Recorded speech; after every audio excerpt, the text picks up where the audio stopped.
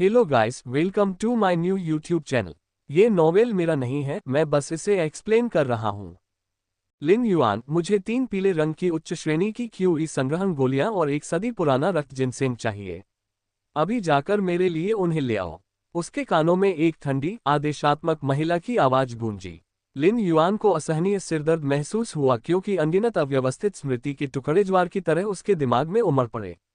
क्या उनका पुनर्जन्म हुआ है? उसने अपनी आंखें झट से खोली और उसकी नज़र एक ऐसे चेहरे पर पड़ी जिसे केवल बेहद खूबसूरत ही कहा जा सकता था।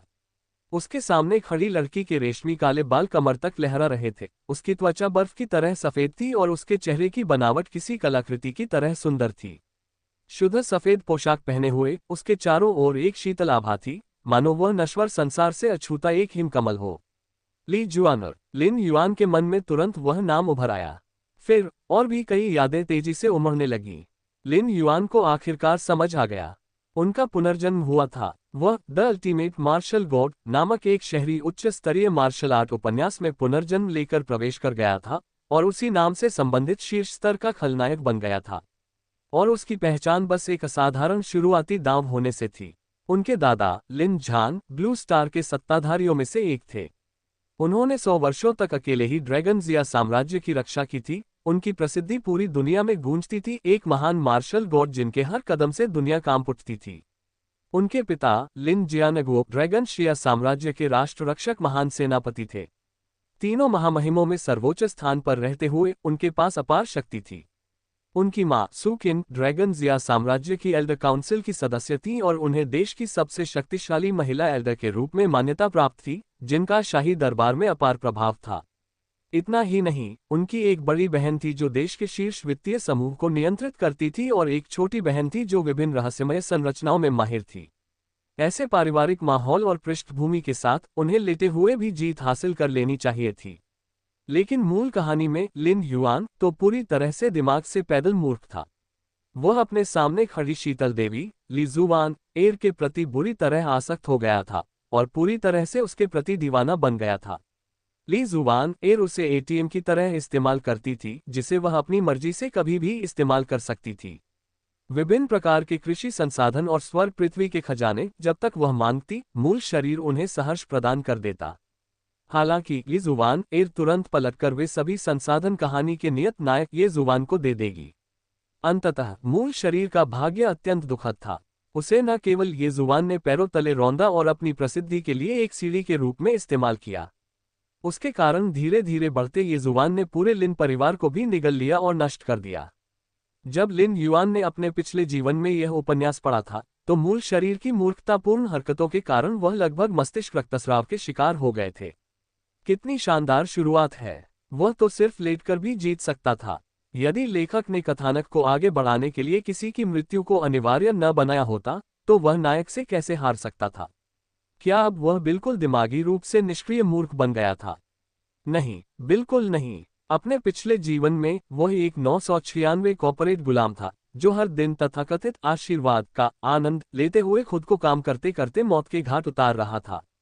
जब उसे अंततः इतना दिव्य पुनर्जन्म प्राप्त हो गया था, तो वह वही गलतियां कैसे दोहरा सकता था? उन्हें स्थिति को पलटना ही था। वह ठीक से सीधा लेटने वाला था और इस मेहनत से हासिल की गई उच्च स्तरीय जीवन शैली का आनंद लें। तभी उसके दिमाग में एक ठंडी, मशीनी आवाज गूंजी। डिंग! मेजबान से लेटने की तीव्र इच्छा का पता चला। दिव्य श्रेणी लेटने की प्रणाली सफलतापूर्वक स्थापित हो गई। इस सिस्टम का उद्देश्य होस्ट को जीवन का बेहतर आनंद लेने में मदद करना है।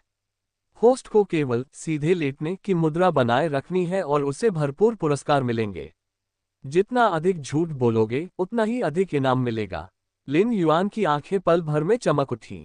एक सपाट लेटने की प्रणाली, क्या इसमें कोई अच्छी बात है? ये तो बिल्कुल उनके लिए ही बना था।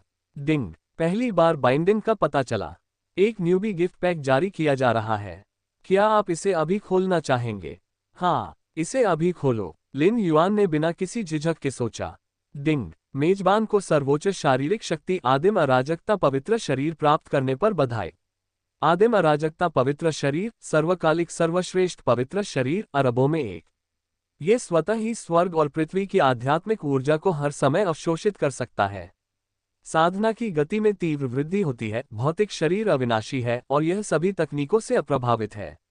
बूम! उसके दिल से एक गर्म धारा अचानक उत्पन्न हुई और उसके पूरे शरीर में प्रवाहित हो गई। लिन युआन ने अपने शरीर में अभूतपूर्व परिवर्तन महसूस किए। शरीर की हर कोशिका खुशी से झूम रही थी, मानो किसी बंधन से मुक्त हो गई हो, असीम शक्ति से भर गई हो। लिन युआन, तुम कहीं खोई खोई क्यों हो? लिन युआन को लंबे समय तक खाली निगाहों से चुप रहते देख ली जुबान एर की सुंदर भौहें और भी कस गईं और उसका लहजा तेजी से अधीर होता गया। क्या तुमने मेरी बात सुनी? येलो ग्रेड की उच्च गुणवत्ता वाली क्यूई गैदरिंग पिल्स और 1 सदी पुरानी ब्लड जिनसिंग। भाई, ये जुबान को ब्रेकथ्रू की सख्त जरूरत है और उन्हें ये तुरंत चाहिए। मुझे जल्दी से दे दो। आशा के अनुसार लिन युआन ने मन ही मन उपहास किया। मूल कहानी की तरह ही इन संसाधनों का उपयोग नियति के नायक ये जुबान द्वारा एक बड़ी सफलता प्राप्त करने के लिए पूंजी के रूप में किया जाना था। मूल कहानी में सीधे सादे लिन युआन को ये सुनकर ईर्ष्या से पागल हो जाता कि देवी के भाई ये जुबान को उनकी जरूरत है। लेकिन देवी को प्रसन्न करने के लिए वह अब भी आज्ञाकारी रूप से पारिवारिक तिजोरी से खजाने ले आता था। दुर्भाग्यवश वर्तमान लिन युआन अब वह सीधा सादा व्यक्ति नहीं रहा जो वह पहले हुआ करता था। क्या आप अपने प्रेमी प्रेमिका का समर्थन करने के लिए मुझसे संसाधन लेना चाहते हैं? आपके सपनों में? लिन युआन ने धीरे से अपना सिर उठाया और शांत निगाहों से ली जुबान एर को देखा। उसके पतले होंठ हल्के से खुले और उसने केवल एक शब्द कहा, यहां से चले जाओ। एकदम सन्नाटा छा गया। ली जुबान एर के चेहरे पर दिख रही अधीरता और अहंकार की भावना पल भर में जम गई। उसे तो ये भी लगा कि कहीं उसके कानों में कुछ गड़बड़ तो नहीं है। तुमने क्या कहा? उसने अविश्वास से पूछा। लिन युआन, फिर से कहो। मैंने कहा, यहां से चले जाओ। लिन युआन के स्वर में कोई भावना नहीं थी, फिर भी उसमें एक निर्विवाद शीतलता थी। क्या तुम इंसानी भाषा नहीं समझते? ली जुबान एर पूरी तरह से स्तब्ध रह गई। जो लिन युआन कभी पूरी तरह आज्ञाकारी हुआ करता था और उसे अपने इशारों पर नचाता था, क्या उसने कभी उसे चले जाने के लिए कहने की हिम्मत की? उसके दिल में शर्म और क्रोध का सैलाब उमड़ आया। वह तुरंत ही बिगड़ी हुई बच्ची की तरह नखरे करने लगी। उसकी आंखें लाल हो गईं और उसने दुखी होकर कहा, लिन युआन, आज तुम्हें क्या हो गया है? तुम्हारी हिम्मत कैसे हुई मुझसे इस तरह बात करने की? क्या तुम अब मुझसे प्यार नहीं करते? पहले जब तक वह इस दयनीय रूप को धारण करती थी, लिन युआन तुरंत नर्म पड़ जाता था। चाहे वह कितना भी गुस्सा क्यों ना हो, वह गायब हो जाता था और फिर वह उसे मनाने के लिए घुटनों के बल बैठ जाता था। हालांकि इस बार उसने गलत अनुमान लगाया था। लिन युआन धीरे धीरे सोफे से उठ खड़ी हुई। उसके हिलने डुलने के साथ ही एक अदृश्य आभा फूट पड़ी। ये केवल साधना का दबाव ही नहीं था, बल्कि उसके अस्तित्व के स्तर से ही उत्पन्न होने वाला दमन का भाव था। आदिम अराजकता, पवित्र शरीर, सर्वकालिक सर्वश्रेष्ठ शारीरिक बनावट, इसमें स्वाभाविक रूप से सर्वोच्च दैवीय शक्ति समाहित थी। ली जुबान एर पर एक भयानक दबाव महसूस हुआ, जिससे उसे सांस लेने में कठिनाई होने लगी। उसके पैर कमजोर पड़ गए और वह लगभग घुटनों के बल गिर पड़ी। उसका दिल बेतहाशा धड़कने लगा और उसके चेहरे का रंग उड़ गया। क्या ये लिन युआन है? वह इतना भयानक कैसे हो गया? मेरे सामने ये सब चालें मत चलो, इनका कोई फायदा नहीं है। लिन युआन ने ठंडी निगाहों से उसे नीचे देखा। मैं आखिरी बार कह रही हूं, मेरी नजरों से दूर हो जाओ, वरना अंजाम भुगतना पड़ेगा। उस दबाव के आगे, जो उसकी आत्मा को कुचल देने में सक्षम प्रतीत हो रहा था, ली जुबान एर एक शब्द भी नहीं बोल सकी। उसके मन में छिपी छोटी मोटी शरारतें और गुस्सा डर के कारण पूरी तरह से खत्म हो गए। वह हताश अवस्था में 2 कदम पीछे हट गई। दांत पीसते हुए उसने जाते जाते आखिरी वार किया, लिन युआन, तुम बस इंतजार करो, तुम्हें इसका पछतावा जरूर होगा। बोलने के बाद उसकी वहां रुकने की हिम्मत नहीं हुई। वह घबराकर मुड़ी और उस विला से भाग गई जिसमें उसे घुटन महसूस हो रही थी। ली जुबान एर लगभग लिन युआन के विला से भाग ही गई थी। जब वह अपनी लाल रंग की स्पोर्ट्स कार में बैठी, तभी जाकर उसके दिल की तेज धड़कन थोड़ी शांत हुई। स्टीयरिंग व्हील पर उसके हाथ अभी भी थोड़े कांप रहे थे और लिन युआन के अभी अभी खड़े होने का दृश्य उसके दिमाग में बार बार चल रहा था। वह भयानक दबाव, वे ठंडी और अपरिचित आंखें। आखिर चल क्या रहा था? लिन युआन नाम का वह लड़का रातों रात पूरी तरह से एक अलग इंसान कैसे बन गया? उसका दिल असमंजस और गुस्से से भरा हुआ था। वो सीधा सादा आदमी जो उसकी हर बात मानता था और उसे अपना दिल भी दे देता था, क्या उसने सच में उसे चले जाने की हिम्मत की? कुछ तो गड़बड़ हुई होगी। जहां तक उस दबाव की बात है जिसने उसे डर का एहसास कराया, ली जुवान एर के शांत होने के बाद वह इसे अपना भ्रम मानने के लिए अधिक इच्छुक थी। शायद उस समय लिन युआन बहुत गुस्से में था और उसकी आभा ने उसे डरा दिया था। आखिरकार, हालांकि लिन युआन एक सीधा साधा आदमी था, अपने साथियों के बीच उनकी साधना वाकई सर्वोच्च स्तर की थी, अन्यथा वे dragon summer country capital martial arts academy के प्रथम युवा मास्टर के रूप में अपना पद बरकरार नहीं रख पाते।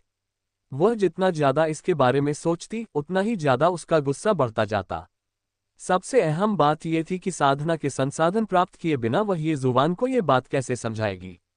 ये जुबान के बारे में सोचते ही ली जुबान एर के चेहरे पर थोड़ी नरमी आ गई। लिन युआन जैसे अयाश के विपरीत, जो केवल अपने पारिवारिक पृष्ठभूमि पर निर्भर रहना जानता था।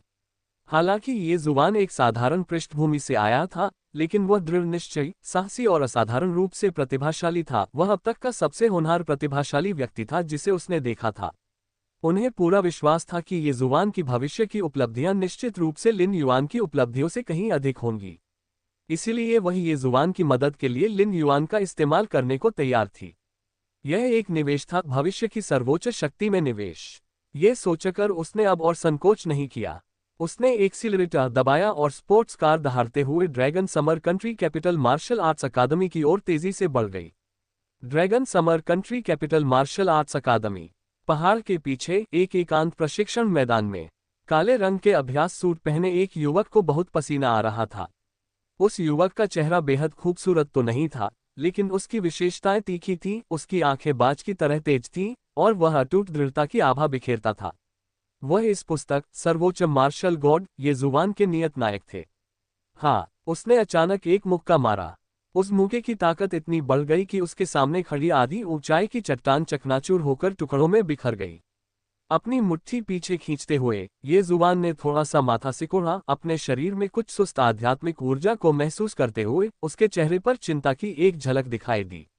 वह कुछ समय से अस्थि मज्जा शुद्धिकरण क्षेत्र के प्रथम स्तर के शिखर पर अटका हुआ था और दूसरे स्तर की दहलीज को छूने में असमर्थ था। स्कूल स्तर की प्रतियोगिता में अब केवल 1 महीना बाकी था। यदि वह जल्द से जल्द सफलता हासिल नहीं कर पाता है, तो उसके लिए प्रतियोगिता में अच्छी रैंक हासिल करना और अकादमी के शीर्ष संसाधन पुरस्कार प्राप्त करना बहुत मुश्किल होगा। तभी कदमों की तेज आवाज सुनाई दी।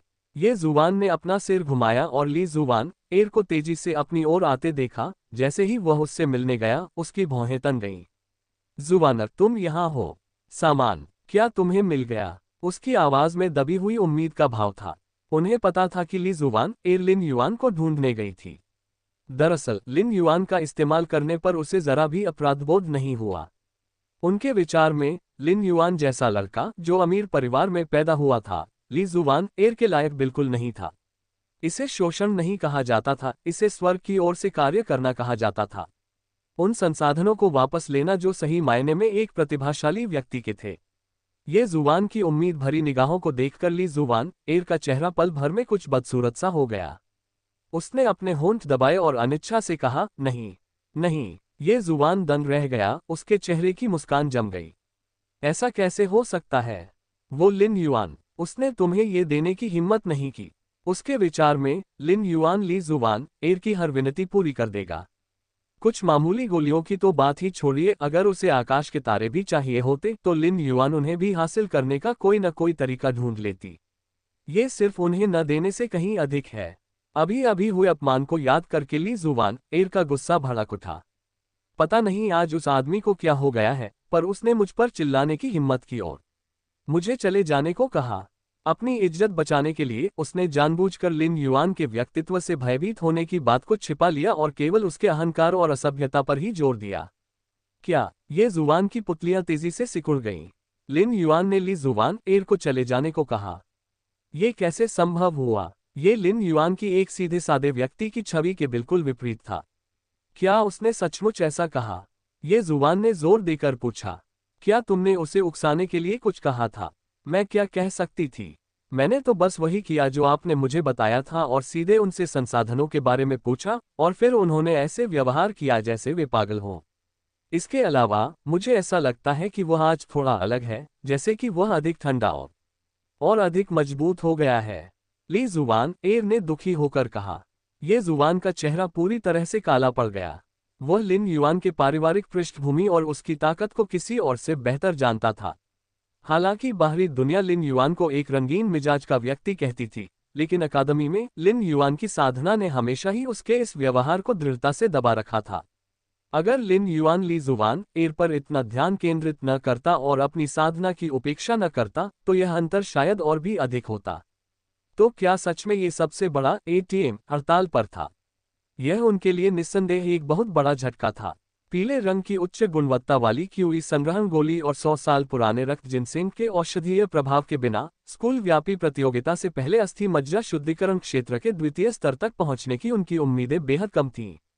अगर वह सफलता हासिल नहीं कर पाया, तो वह प्रतियोगिता में कोई खास कमाल नहीं दिखा पाएगा और न ही अकादमी के गुप्त क्षेत्र में साधना करने के लिए योग्यता प्राप्त कर पाएगा। उसकी आगे की सारी योजनाएं धराशायी हो जाएंगी। धत्तेरी की, ये जुबान ने पास की चट्टान पर अपनी मुट्ठी से जोरदार प्रहार किया, जिससे पहले से ही टूटी हुई चट्टान पूरी तरह से चूर चूर होकर धूल में बदल गई।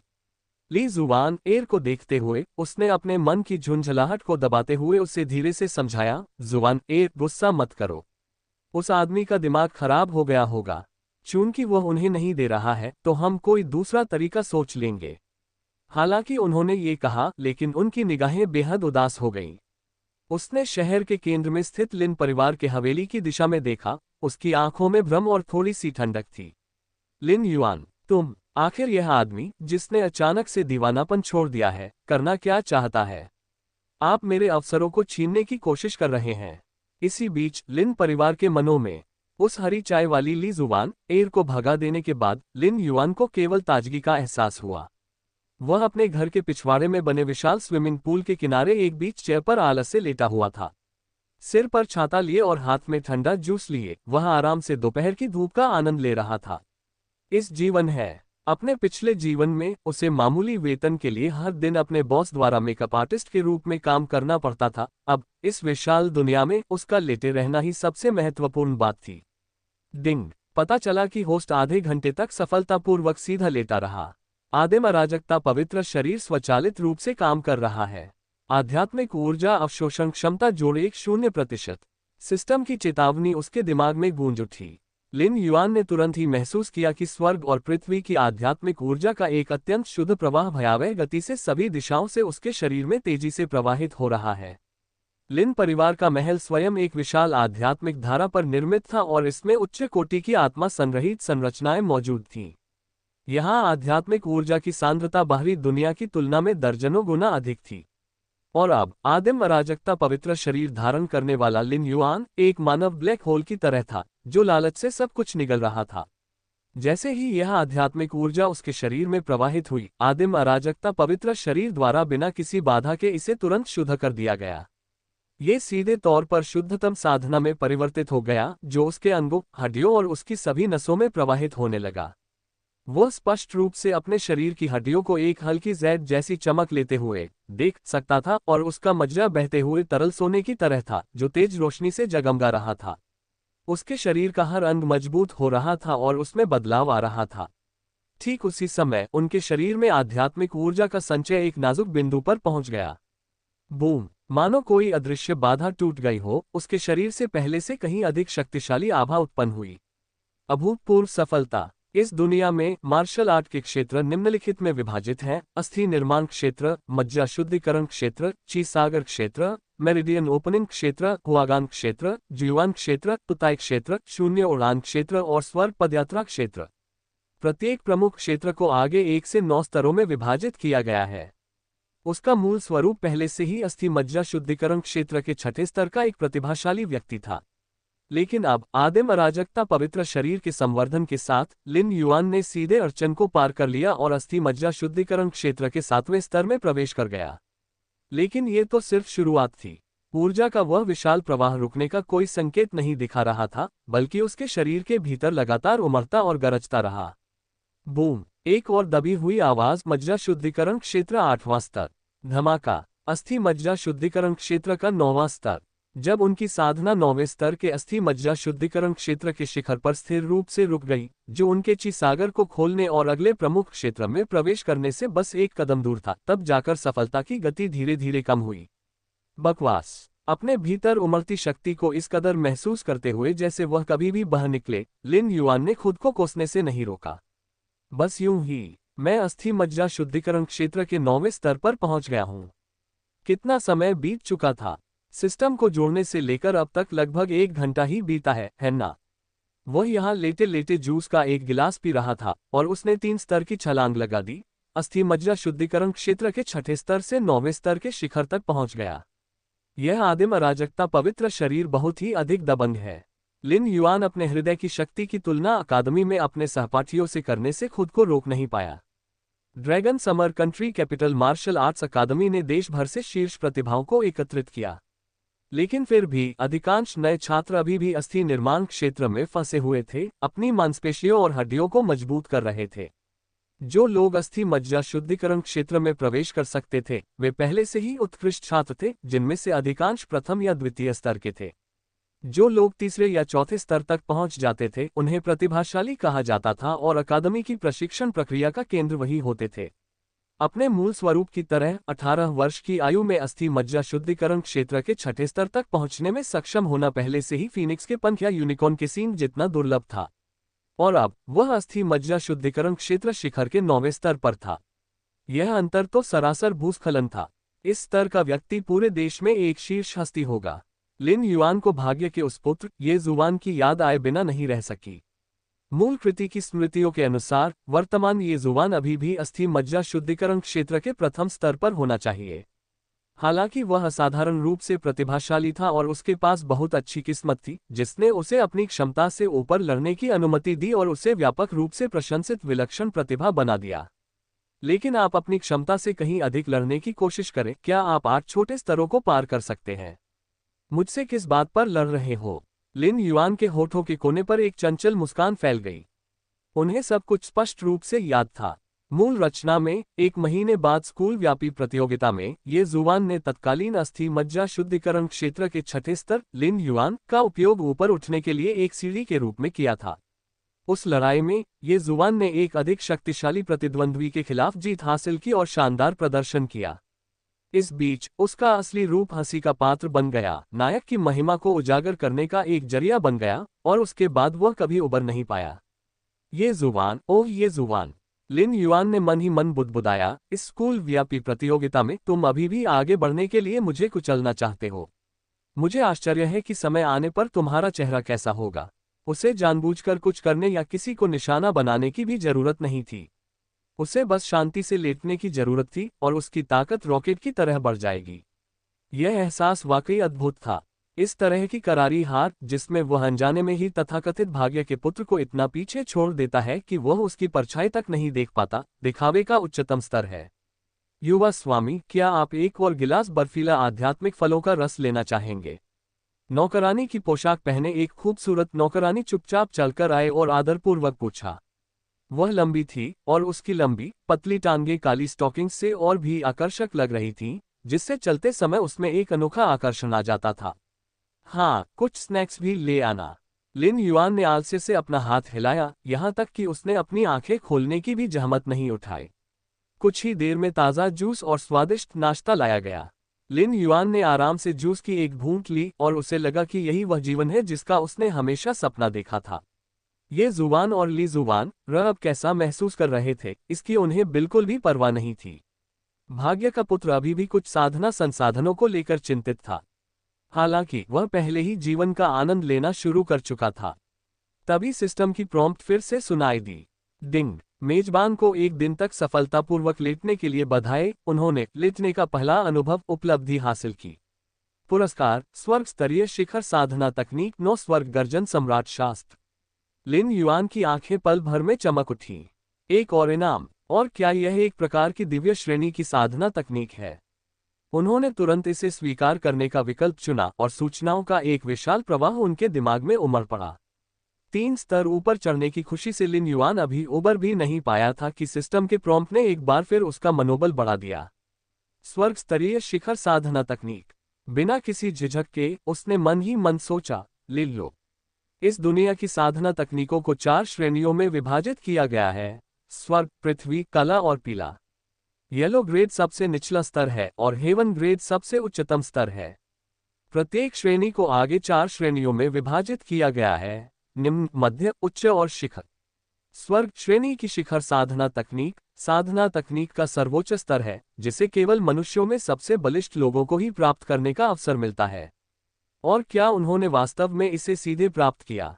अविश्वसनीय गड़गड़ाहट, मानो 9 स्वर्गों के ऊपर से पहली गड़गड़ाहट सुनाई दी हो। अविश्वसनीय रूप से विशाल, गहन और जबरदस्त सूचनाओं का प्रवाह तुरंत उसकी आत्मा की गहराई में समा गया। 9 स्वर्ग गर्जन सम्राट शास्त्र। ये प्राचीन गर्जन सम्राट द्वारा सृजित सर्वोच्च विधि है। जब इस साधना को महान उपलब्धि तक पहुंचाया जाता है, तो व्यक्ति बिजली का अवतार बन सकता है, जो स्वर्ग और पृथ्वी के दंडों को संचालित करता है, जिसके शब्दों में कानून की शक्ति होती है, और एक ही विचार से 9 स्वर्गों की दिव्य गर्जना को बुलाकर सभी चीजों का न्याय करवाता है। उनकी चेतना के सागर में अनगिनत सुनहरे प्राचीन अक्षर परिक्रमा कर रहे थे और अंकित हो रहे थे। प्रत्येक अक्षर में गर्जन की इच्छा समाहित थी। उसी समय उनके शरीर में मौजूद आध्यात्मिक ऊर्जा 9 स्वर्गों के गर्जन सम्राट शास्त्र की अनूठी विधि के अनुसार स्वतः ही कार्य करने लगी। हल्के बैंगनी रंग की गड़गड़ाहट की शक्ति की लकीरें अचानक हवा से पैदा हुईं, उसकी चौड़ी और मजबूत नसों से होकर गुजरी, जिससे चटकने की आवाजें निकली। उनका भौतिक शरीर, जिसे आदिम अराजकता पवित्र शरीर द्वारा लगभग पूर्णता तक संशोधित किया जा चुका था, इस वज्र शक्ति के ताप से एक बार फिर मजबूत हो गया और भी अधिक अविनाशी बन गया। लिन युआन को अपने खून में बिजली की छोटी छोटी चिंगारियां भी महसूस हो रही थीं। ताजगी भरा, वह आराम से अंगड़ाई लेने लगा और पहले से कहीं अधिक शक्तिशाली महसूस कर रहा था। आदिम अराजकता पवित्र शरीर स्वचालित एएफ के लेवलिंग के लिए जिम्मेदार था, जबकि 9 स्वर्ग थंडर सम्राट शास्त्र ने दुनिया को नष्ट करने वाली आक्रमण शक्ति प्रदान की।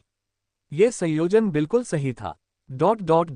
अगली सुबह तड़के, जब फर्श से छत तक फैली विशाल खिड़कियों से सूरज की पहली किरण कमरे में आई, तो लिन युआन आखिरकार धीरे धीरे जाग उठी। वह करोड़ों डॉलर की कीमत वाले एक दुर्लभ जानवर की चमड़ी से बने मुलायम सोफे पर सिकुड़कर बैठा था और अपनी एक उंगली भी हिलाना नहीं चाहता था।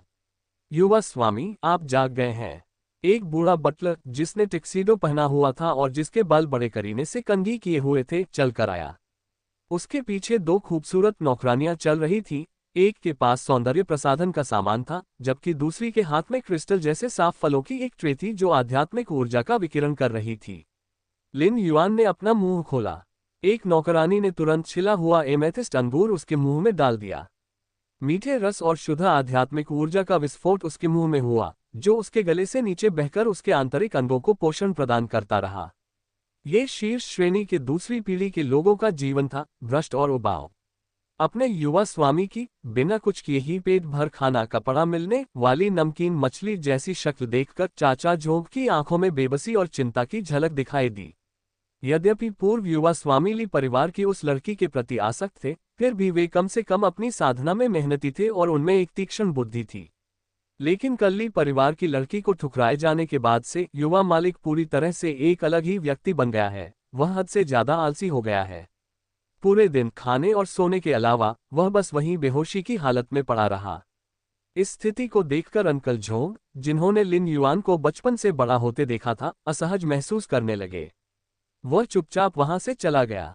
एक गुप्त कमरे में पहुंचकर उसने एक विशेष एन्क्रिप्टेड संचार उपकरण का उपयोग करके लिन परिवार के स्तंभ को घटनास्थल और अपनी चिंताओं की सूचना दी। ड्रैगन जिया साम्राज्य की उत्तरी सीमा हजारों मील तक फैला एक बर्फीला निर्जन क्षेत्र। यह मानवता के लिए एक निषिद्ध क्षेत्र था, जहां अनगिनत शक्तिशाली और भयानक क्रूर जानवर डेरा डाले हुए थे। इस समय एक विशालकाय आकृति हिमखंड की चोटी पर खड़ी थी। उसका शरीर गठीला था और उसके सफेद बाल बेतरतीब ढंग से लहरा रहे थे। वहां खड़े रहने मात्र से ही उसके आसपास का वातावरण विकृत हो गया और बर्फ और हवा उसके 100 मीटर के दायरे में आने की हिम्मत नहीं कर पा रहे थे। ये लिन युआन के दादाजी थे, महान मार्शल गॉड, जिन्होंने 100 वर्षों तक राष्ट्र की रक्षा की थी। लिन झान। गर्जन, एक ऐसी गर्जना जिससे आकाश हिल जाए। पहाड़ के आकार के शरीर वाला 9 सिरों का एक विशालकाय हाइड्रा राजा अचानक बर्फ के नीचे से बाहर निकल आया। 9 भयानक सिरों ने आत्मा को जमा देने वाली बर्फीली हवा उगली और लिन झान की ओर बढ़ने लगे। ये खूंखार जानवर एक बड़े शहर को आसानी से नष्ट करने के लिए काफी था। हालांकि लिन झान ने पलक भी नहीं झपकाए, उसने बस लापरवाही से अपना हाथ उठाया और दूर से ही हथेली से वार कर दिया। कोलाहलयुक्त गड़गड़ाहट, आकाश पल भर में फट गया। अनंत आध्यात्मिक ऊर्जा से निर्मित आकाश को सहारा देने वाला एक विशाल हाथ अचानक प्रकट हुआ और विश्व को नष्ट करने वाली शक्ति के साथ नीचे आ गिरा।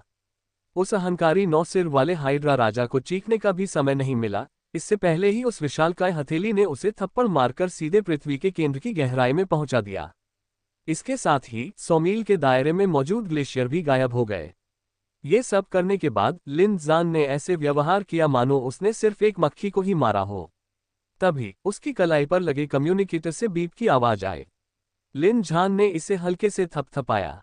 कम्युनिकेटर की स्क्रीन अचानक रोशन हो गई, जिससे अंकल जोग की आकृति दिखाई दी। छोटे मालिक आज भी लेटे हुए हैं। उन्हें आज सुबह 3 बैंगनी ज़ेड अंगूर खिलाए गए। उनकी मानसिक स्थिति और स्वास्थ्य संबंधी सभी संकेत ठीक हैं।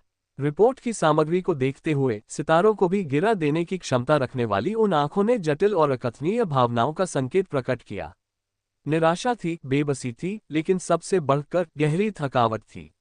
उनके पीछे सैन्य वर्दी पहने एक अधेड़ उम्र के जनरल, जिनके व्यक्तित्व में अगाध गहराई झलकती थी, आदरपूर्वक आगे बढ़े और फुसफुसाए, मौर्य देव, अगाध गहराई में उठ रही राक्षसी लहर को आपने एक बार फिर अपने हाथों से दबा दिया है।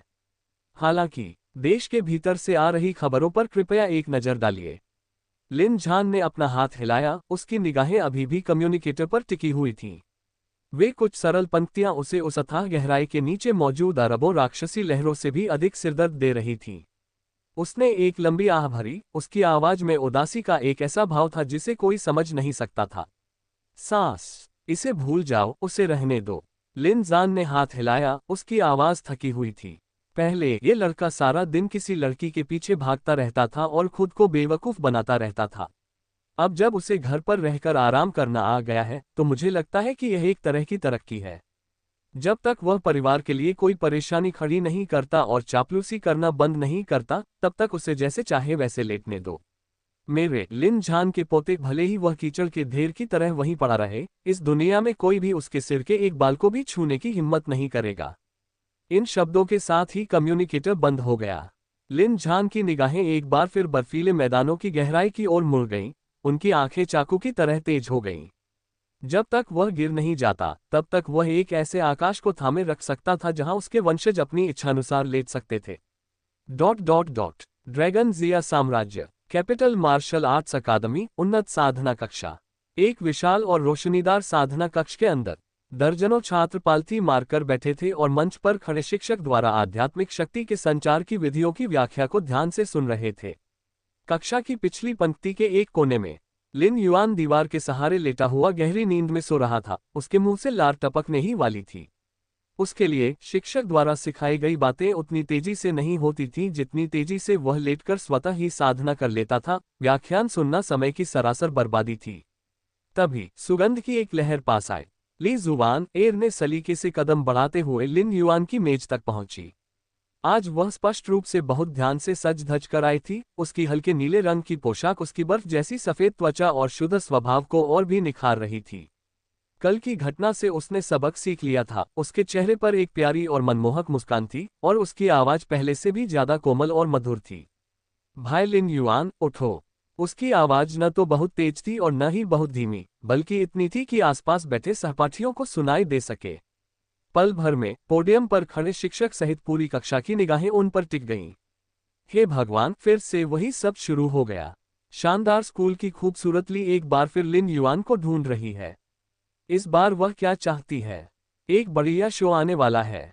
लिन युआन के भोलेपन भरे व्यवहार को देखो, वह निश्चित रूप से फिर से उत्सुकता से सहमत हो जाएगा। कौन नहीं जानता कि ली जुवान उस आम आदमी जैसे प्रतिभाशाली ये जुवान के कितने करीब है। लिन युआन से उसे जो भी चीजें मिलती हैं, उनमें से 80% ये जुवान को ही दे दी जाती हैं। आसपास के छात्र आपस में फुसफुसा रहे थे। उनके चेहरे पर एक तमाशा देखने वालों के भाव स्पष्ट थे। वे सभी ये देखने के लिए इंतजार कर रहे थे कि लिन युआन एक बार फिर अपने सिंप व्यक्तित्व में कैसे आ जाएगा और हर साल की तरह एक भावनात्मक नाटक करेगा। ली जुवान एर ने इन चर्चाओं पर बिल्कुल ध्यान नहीं दिया। उसने आत्मविश्वास से लिन युआन की ओर देखा और अपनी उसी मीठी आवाज में बोली, भाई लिन युआन, हाल ही में मेरी साधना में एक बाधा आ गई है और मैं एक बड़ी सफलता प्राप्त करने वाली हूँ। मुझे बस अपने क्षेत्र को स्थिर करने के लिए एक आइस सोल ऑर्किड की कमी है। क्या आप मेरी मदद करेंगे? बोलते समय वह अपनी पतली कमर को थोड़ा हिलाती और लिन युआन की ओर नम आंखों से देखती हुई दयनीय लग रही थी। यह उसका अंतिम दांव था। अतीत में जब भी वह इसका इस्तेमाल करती थी, लिन युआन खुद को रोक नहीं पाता था। हालांकि इस बार उसका सामना लिन युआन से हो रहा था, जिसे पहले ही मुख्य भूमिका से हटा दिया गया था। लिन युआन नींद से जागा और धीरे धीरे अपनी धुंधली आंखें खोली। उसने पलकें भी नहीं उठाई, बस उसे एक हल्की सी नजर डाली। Ice soul orchid. उसे याद था कि यह चीज ये जुबान के लिए थी, है ना? मूल रचना में ये जुबान की साधना में कुछ गड़बड़ी हो गई थी। उसके शरीर में ठंडी ऊर्जा प्रवेश कर गई और वह लगभग ऊर्जा विचलन का शिकार हो गया। केवल इस बर्फ की आत्मा के ऑर्किड के कारण ही संकट टल गया। उन्होंने दुर्भाग्य को भी आशीर्वाद में बदल दिया और बर्फ से संबंधित साधना तकनीक को समझ लिया। तुम अपने प्रेमी को बचाने के लिए मेरी चीजें लेना चाहते हो? लिन युआन के होठों के कोने पर व्यंग्य भरी मुस्कान उभर आए और उसके पतले होंठ हल्के से खुलकर एक शब्द बोल पड़े। यहां से चले जाओ। लिन युआन ने ली जुबान एर को चले जाने को कह दिया। आवाज तेज नहीं थी, लेकिन शांत साधना कक्ष में वह स्पष्ट रूप से सभी के कानों तक पहुंच गई। पूरा कमरा पल भर में सन्नाटे में डूब गया। सभी छात्रों ने अपनी आंखें चौड़ी कर ली। उन्हें संदेह हो रहा था कि क्या उन्होंने सही सुना है। ली जुबान एर के चेहरे की प्यारी मुस्कान भी पल भर में जम गई। उसने अविश्वास भरी निगाहों से लिन युआन की ओर देखा। फिर वही शब्द। क्या उसने सचमुच पूरी क्लास के सामने उसे चले जाने को कहा? लिन युआन, तुम। शर्म और गुस्से के मिले जुले भाव से ली जुबान एर के गाल तुरंत लाल हो गए। तभी लिन युआन आलस से सीधा होकर बैठ गया। उसकी निगाहें तमाशा देख रहे छात्रों पर घूमी, फिर ली जुबान एर पर टिक गईं और उसकी आवाज अचानक कुछ ऊंची हो गई। सब लोग, मैं आपको एक चुटकुला सुनाता हूं। कल इसी महान विद्यालय की सुंदरी ली अचानक मेरे घर आए और 3 पीले ग्रेड की उच्च श्रेणी की क्यूई संग्रहण औषधीय गोलियों की मांग की। क्या कल मुझसे डांट खाने के बाद भी आज स्कूल आकर आइस सोल ऑर्किड मांगने की हिम्मत कैसे हुई? ली जुबान एर, क्या तुम्हारी चमड़ी शहर की दीवारों की बनी है? या तुम्हें लगता है कि मैं लिन युआन एक मूर्ख हूं जो तुम्हारे इशारों पर चलता है? मुझे एटीएम की तरह इस्तेमाल करना और मेरे संसाधनों का उपयोग उस छोटी गोरी ये जुबान का समर्थन करने के लिए करना। क्या आपको सच में लगा कि मुझे पता नहीं था? बूम। लिन युआन के शब्द अचानक बिजली की कड़क की तरह थे, जो पूरी कक्षा में गूंज उठे। इस चौंकाने वाली खबर से हर कोई दंग रह गया। तो क्या ये सचमुच कल हुआ था? और लिन युआन को वास्तव में सब कुछ पता था? ली जुबान एर पर जैसे बिजली गिर पड़ी हो, वैसे ही उसका चेहरा पल भर में पीला पड़ गया। उसे उम्मीद नहीं थी कि लिन युआन इस मामले को सार्वजनिक रूप से उजागर कर देगा और बिना किसी गरिमा को छोड़े इतनी बेबाकी से बोलेगा। मैंने नहीं किया। उसे सहज रूप से अपनी रक्षा करने की इच्छा हुई। चुप रहो। लिन युआन ने अचानक धीमी सी चीख मारी और उसके शरीर से अचानक एक भयानक और अद्वितीय दबाव उत्पन्न हो गया। अस्थि मज्जा शुद्धिकरण क्षेत्र के 9वें उच्चतम स्तर की आभा 9 स्वर्गों के गर्जन सम्राट शास्त्र से प्राप्त प्रचंड इच्छाशक्ति के संकेत के साथ मिश्रित होकर यह मूर्त दबाव में बदल गया और ली जुबान एर पर जोर से प्रहार किया। धड़ाम धड़ाम धड़ाम। ली जुबान एर को ऐसा लगा मानो कोई अदृश्य पहाड़ उसकी छाती पर गिर पड़ा हो। उसके रक्त और ऊर्जा में उथल पुथल मच गई और वह 7-8 कदम पीछे की ओर लड़खड़ा गई। अंततः धड़ाम से जमीन पर एक दयनीय ढेर की तरह गिर पड़ी। उसने खौफ से भरे चेहरे से लिन युआन की ओर देखा। उसकी आंखों में भय और अविश्वास झलक रहा था।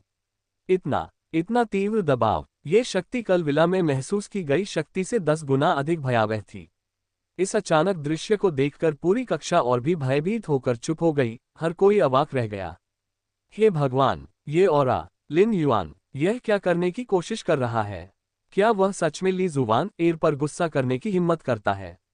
क्या वो बेवकूफ जाग उठा है? नहीं, वो तो डायनासोर में बदल गया है। बहस की आवाज फिर से गूंज उठी, लेकिन इस बार किसी ने भी लिन युआन का मजाक उड़ाने की हिम्मत नहीं की। उसे देखने वाली निगाहें विस्मय और सदमे से भरी हुई थीं। असंख्य अजनबी निगाहों के बीच ली जुबान एर को बेहद अपमानित महसूस हुआ। वह जमीन से उठी, लिन युआन को गुस्से से घूरा और रोते हुए साधना कक्ष से बाहर भाग गई। लिन युआन ने ऐसा व्यवहार किया मानो उसने कुछ मामूली काम किया हो। दीवार के सहारे पीछे झुक गया, जम्हाई ली और अपनी आंखें बंद कर ली। सोते रहने के दौरान लिन युआन द्वारा सार्वजनिक रूप से ली जुबान एर के चेहरे पर थप्पड़ मारने और मज्जा शुद्धिकरण क्षेत्र के 9वें स्तर की अपनी संदिग्ध भयावह शक्ति को प्रकट करने की घटना एक तूफान की तरह थी। महज आधे दिन के भीतर ही यह पूरे dragon summer country capital martial arts academy में फैल गया। ली जुवान एयर के प्रति पूरी तरह से समर्पित रहने वाला नंबर 1 सिम्प सबसे बड़ा दीवाना वास्तव में व्यक्तित्व में एक जबरदस्त बदलाव से गुजर चुका था और एक निर्मम क्रूर हत्यारे के अवतार में बदल गया था। इस भारी विरोधाभास ने सभी को चर्चा करने के लिए बहुत कुछ दे दिया। कैंपस के मंचों और विभिन्न छोटे समूहों में चर्चा की गर्माहट चरम पर पहुंच गई। अतिरिक्त युवा मास्टर लिन जागृत हो गए हैं और ग्रीन टी स्कूल की सुंदरी को मौके पर ही सामाजिक रूप से अपमानित होना पड़ा। मैं उस समय वहीं था, वह आभा बहुत ही भयानक थी। ली जुवान एयर सीधे जमीन पर गिर पड़ी और रोते हुए भाग गई। तो बात यह नहीं है कि लिन युआन पहले से ही कमजोर था, बल्कि उसने अपना ध्यान गलत जगह पर लगा दिया था। अगर लिन परिवार के सारे संसाधन इकट्ठा कर दिए जाएं तो एक सूअर भी आसमान में उड़ सकता है ना? हाँ, सही है। इतने सालों तक चापलूसी करने और कुछ भी हासिल न करने के बाद आखिरकार उसे अक्ल आ गई। अगर उसने वो दवाइयां खाई होती जो वो खुद ली जुवान एयर को खिलाता था, तो क्या उसमें कुछ सुधार नहीं होता? मुझे लगता है कि उसकी चापलूसी बस थोड़ी बहुत जागृति है, कोई बड़ी बात नहीं। इस तरह की बयानबाजी जल्द ही मुख्यधारा का दृष्टिकोण बन गई। आखिर किसी व्यक्ति का स्वभाव यूं ही कैसे बदला जा सकता है? अधिकांश लोगों की नज़रों में लिन युआन अब भी वही बिगड़ा हुआ अयाश था जो अपने पारिवारिक पृष्ठभूमि के अलावा किसी काम का नहीं था। लिन युआन को बाहर फैल रही अफवाहों की बिल्कुल भी परवाह नहीं थी। उसके पूर्व चापलूस जो कभी उसके इर्द गिर्द घूमते थे ने पाया कि इस युवा मालिक का जीवन हाल ही में भयावह रूप से नियमित हो गया था। वह या तो कक्षा में सो रहा होता था, या बगीचे के लॉन में धूप सेक रहा होता था, या पुस्तकालय में सोफे पर ऊँघ रहा होता था। संक्षेप में यह एक शब्द था, समतल भूमि पर लेट जाओ। फिर भी उस पर मंद लेकिन शक्तिशाली आभा दिन ब दिन और अधिक चौंकाने वाली होती जा रही थी। एक अवकाश के दौरान अकादमी के पीछे के बगीचे में एक सदी पुराने पेड़ के नीचे लिन युआन ने अपना सिर अपनी बाहों पर टिका लिया, नर्म घास पर लेट गया, मुंह में घास की एक डंडी दबा ली, आंखें बंद कर ली ताकि वह आराम कर सके और सिस्टम की स्वचालित पीसने की सेवा का आनंद ले सके। जैसे ही वह सोने ही वाला था, तभी उसके सिर के ऊपर एक तीखी और सुरीली महिला की आवाज गूंजी, जिसमें थोड़ी शरारत भरी झलक थी। अरे, क्या ये हमारे युवा मास्टर लिन नहीं है, जो पूरे अकादमी में मशहूर हैं? आपका जीवन तो वाकई बहुत ही शानदार है ना? लिन युआन ने आलस से एक आंख खोली और ऊपर की ओर देखा। जो दृश्य सामने आया वह फैशनेबल जीन्स में लिपटी हुई सीधी और पतली खूबसूरत टांगों की एक जोड़ी थी, जो अद्भुत वक्रों को उभार रही थी। अपनी नजर ऊपर उठाते हुए उसने एक लंबी, सुडौल और आकर्षक महिला को देखा। उसके बाल भूरे रंग के लहरदार थे और उसके चेहरे की बनावट उज्ज्वल और आकर्षक थी, जिसमें थोड़ी सी वीरता और आत्मविश्वास झलक रहा था। ली जुवान एयर के शुद्ध सफेद कमल के समान सौंदर्य से बिल्कुल अलग उसका सौंदर्य अत्यंत आक्रामक था। गु निंगज्यू, ये नाम लिन युआन के मन में आया। गु परिवार की युवा महिला, हालांकि उनकी पारिवारिक पृष्ठभूमि लिन परिवार से तुलना करने लायक नहीं थी, फिर भी उन्हें ड्रैगन शिया साम्राज्य में एक प्रथम श्रेणी के धनी परिवार के रूप में माना जाता था। मूल कृति में भी वह महिला मुख्य पात्रों में से एक थी। वर्तमान में वह अस्थि मज्जा शुद्धिकरण क्षेत्र के छठे स्तर की साधना कर रही थी। वह एक विलक्षण प्रतिभा की धनी भी थी। प्रारंभिक चरणों में पारिवारिक संबंधों के कारण उसका मूल शरीर के साथ कुछ संपर्क हुआ था, लेकिन जैसे जैसे मूल शरीर एक सीधे साधे और खलनायक के रास्ते पर आगे बढ़ता गया, वैसे वैसे दोनों धीरे धीरे एक दूसरे से दूर होते गए। बाद में ये जुबान सत्ता में आसीन हुए। गु परिवार और गु निंगक्सू की कई साहसिक कारनामों में मदद करने के बाद वह स्वाभाविक रूप से ये जुबान के हरम की सदस्य बन गई। लेकिन अब तक इनमें से कुछ भी नहीं हुआ था। हाँ, लिन युआन ने अपनी आंखें फिर से बंद कर ली और आलस्य से उत्तर दिया, इतने अच्छे दिन में अगर मैं झपकी नहीं लेता तो क्या ये व्यर्थ नहीं होगा? गु निंगक्सू बड़े चाव से उसके बगल में बैठ गई और इत्र की एक मनमोहक खुशबू चारों ओर फैल गई। उसने अपनी ठुड्डी हाथ पर टिकाई और शरारती मुस्कान के साथ उसकी खूबसूरत आंखें घूम रहीं। क्या आज अपनी देवी जुवानर के पीछे नहीं जाओगे? मैंने सुना है कि तुमने उसे लगभग रुला ही दिया था। लिन युआन ने अपनी पलकें झपकाने की भी जहमत नहीं उठाई, उसने बस अपने मुंह में मौजूद घास के डंठल को दूसरी तरफ सरका दिया। देवी, मजाक मत करो, वह इसके लायक नहीं है। देवी जैसी मनोरोगी कहना ज्यादा सही रहेगा। उसका लहजा इतना सपाट था मानो वह किसी ऐसे विषय पर बात कर रहा हो जिसका उससे कोई लेना देना नहीं था। ओह! गु निंगक्सू की खूबसूरत आंखों में आश्चर्य की एक झलक दिखाई दी। क्या वह इसके लायक नहीं है? ली जुवान एर को देवी की तरह मानने वाले पूर्व लिन युआन के मुख से निकले इन शब्दों का गहरा प्रभाव पड़ा। तुम पहले ऐसा नहीं कहती थी, गु निंगक्सू ने संकोच से पूछा। उस समय अगर कोई ली जुवान एर के बारे में एक भी बुरी बात कह देता था तो तुम उससे जान की बाजी लगाकर लड़ने को तैयार रहती थी। लोग हमेशा बदलते रहते हैं। लिन युआन की आवाज में कोई भाव नहीं था। लंबे समय तक किसी के प्रति आसक्ति रखने से इंसान थक जाता है। वैसे भी जब आपके सामने एक ऐसा बर्फीला टुकड़ा हो जो आपके दिल की कितनी भी गर्माहट के बावजूद न पिघले, तो उसके पीछे लगे रहना समझदारी नहीं बल्कि मूर्खता है। इतना कहने के बाद वह चुप हो गया, मानो सचमुच सो गया हो। हालांकि गु निंगक्सू स्तब्ध रह गई। वह लिन युआन के चेहरे को टकटकी लगाकर देखती रही। सूरज की रोशनी पत्तियों के बीच से छनकर उस पर पड़ रही थी, जिससे धब्बेदार परछाइयां बन रही थीं। वह स्पष्ट रूप से किसी बहुत दुखद बात के बारे में बात कर रहा था, फिर भी उसका लहजा भयावह रूप से शांत था, मानो वह किसी और की कहानी सुना रहा हो। ये लगभग ठंडा तर्क और अलगाव उस आवेगी, जुनूनी और सीधे सादे व्यक्ति की छवि से बिल्कुल अलग था जो उसे याद थी। वह विचारों में डूबी हुई थी। उसे अचानक महसूस हुआ कि उसकी आंखों के सामने घास पर सड़ रही लिन युआन किसी और के पीछे भागने वाली लिन युआन से कहीं अधिक दिलचस्प लग रही थी। इस दौरान राजधानी यंजिन शहर से 100 मील उत्तर पूर्व में स्थित ब्लैक विंड पर्वत श्रृंखला गर्जन हरे रंग के शल्कों से ढका एक फुर्तीला द्वितीय श्रेणी का खूंखार जानवर, एक पवन भेड़िया, ने अपना खूनी मुंह खोला और काले वस्त्र पहने एक युवक पर दुर्गंधयुक्त हवा के झोंके के साथ झपट्टा मारा। ये जुबान की आंखें सिकुड़ गईं और घातक प्रहार से बाल बाल बचते हुए उसने अपने पैरों की चाल में बदलाव किया। उसकी छाती तेजी से ऊपर नीचे हो रही थी और पसीने से उसके कपड़े काफी देर पहले ही भीग चुके थे। उसके पूरे शरीर पर छोटे छोटे घाव थे और उसकी आध्यात्मिक ऊर्जा लगभग समाप्त हो चुकी थी। किसी बड़ी सफलता के लिए आवश्यक संसाधन जुटाने के लिए उसके पास अकादमी से एक उच्च जोखिम वाले मिशन को लेने के अलावा कोई विकल्प नहीं था, जिसमें उसे एक ऐसे क्रूर जानवर का शिकार करना था जिसकी ताकत अकेले मज्जा शुद्धिकरण क्षेत्र के दूसरे या तीसरे चरण के मार्शल आर्टिस्ट के बराबर थी। राक्षस मर जा। पवन भेड़िए के हमले में चूक होने पर ये जुबान ने मौके का फायदा उठाया। उसकी आंखों में एक तीव्र चमक कौंधी और उसने अपने शरीर में बची हुई आध्यात्मिक ऊर्जा को अपने दाहिने मुक्के में समेटकर एक जोरदार प्रहार किया। पहाड़ को चकनाचूर कर देने वाला मुक्का। टकराना। मुट्ठी हवा के भेड़िए के कोमल पेट पर जोर से लगी और उस हिंसक बल का प्रवाह उसके शरीर में फैल गया, जिससे उसके आंतरिक अंग पल भर में चकनाचूर हो गए। पवन भेड़िए ने एक कराह निकाली, उसका विशाल शरीर कुछ बार फड़फड़ाया और फिर वह शांत हो गया। ये जुबान हौंफते हुए जमीन पर गिर पड़ी। उसके चेहरे पर जीत की खुशी का कोई भाव नहीं था, बल्कि वह आक्रोश और क्रोध से भरा हुआ था। लिन युआन नाम लेते हुए उसने अपने दांत पीसे और गुस्से में अपनी मुट्ठी जमीन पर पटकी। धिक्कार है इस निकम्मे पर। यह तो बस अपने पारिवारिक पृष्ठभूमि पर निर्भर है। छी, क्या तुम्हें लगता है कि तुमने मेरे संसाधन छीन लिए तो मेरे पास कोई विकल्प नहीं बचेगा? तुम्हारे बिना भी मैं, ये जुबान, अपने प्रयासों से धीरे धीरे शिखर तक पहुंच सकता हूं। हालांकि उसने ऐसा कहा, लेकिन उसके दिल में दबा हुआ दुख उमड़ने ही वाला था। एक समय ऐसा था जब उसे केवल शांतिपूर्वक साधना करने की आवश्यकता होती थी और ली जुबान एर उसे हर प्रकार के उच्च स्तरीय संसाधन उपलब्ध कराती थी। लेकिन अब सिर्फ एक दूसरे स्तर की औषधीय गोली की कीमत पर उसे यहाँ एक क्रूर जानवर के खिलाफ अपनी जान बचाने के लिए लड़ना पड़ा। इस भारी असमानता के कारण उनकी मानसिक स्थिति लगभग चरमरा गई। शिक्षक, वह मन ही मन पूछे बिना नहीं रह सका, आपको क्या लगता है कि लिन युआन को अचानक होश कैसे आ गया? क्या वह ली जुबान एर से बेइंतहा प्यार नहीं करता था? वह अचानक से इतना दीवाना कैसे हो गया? एक पल के बाद उसके दिमाग में एक बुरी आवाज गूंज उठी।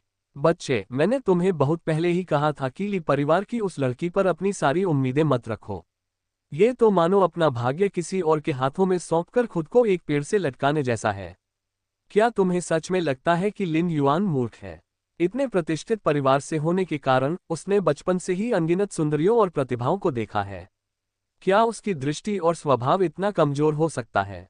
ली जुबान एर की उसे बहलाने फुसलाने और उसका इस्तेमाल करने की तरकीबें एक दो बार तो काम कर सकती हैं, लेकिन लंबे समय बाद तो एक सुअ भी इससे ऊब जाएगा। यह आवाज वास्तव में ये जुबान का सबसे बड़ा रहस्य और सहारा थी। वह मूल रूप से एक अनाथ था जिसकी प्रतिभा औसत दर्जे की थी, लेकिन एक दुर्घटना में स्वयं को परम पूर्वज कहने वाली एक आदिम आत्मा उसके मन में प्रकट हुई। इस प्राचीन पूर्वज ने दावा किया कि वह कभी मार्शल दाओ के शिखर पर विराजमान एक अद्वितीय शक्ति का धनी व्यक्ति था।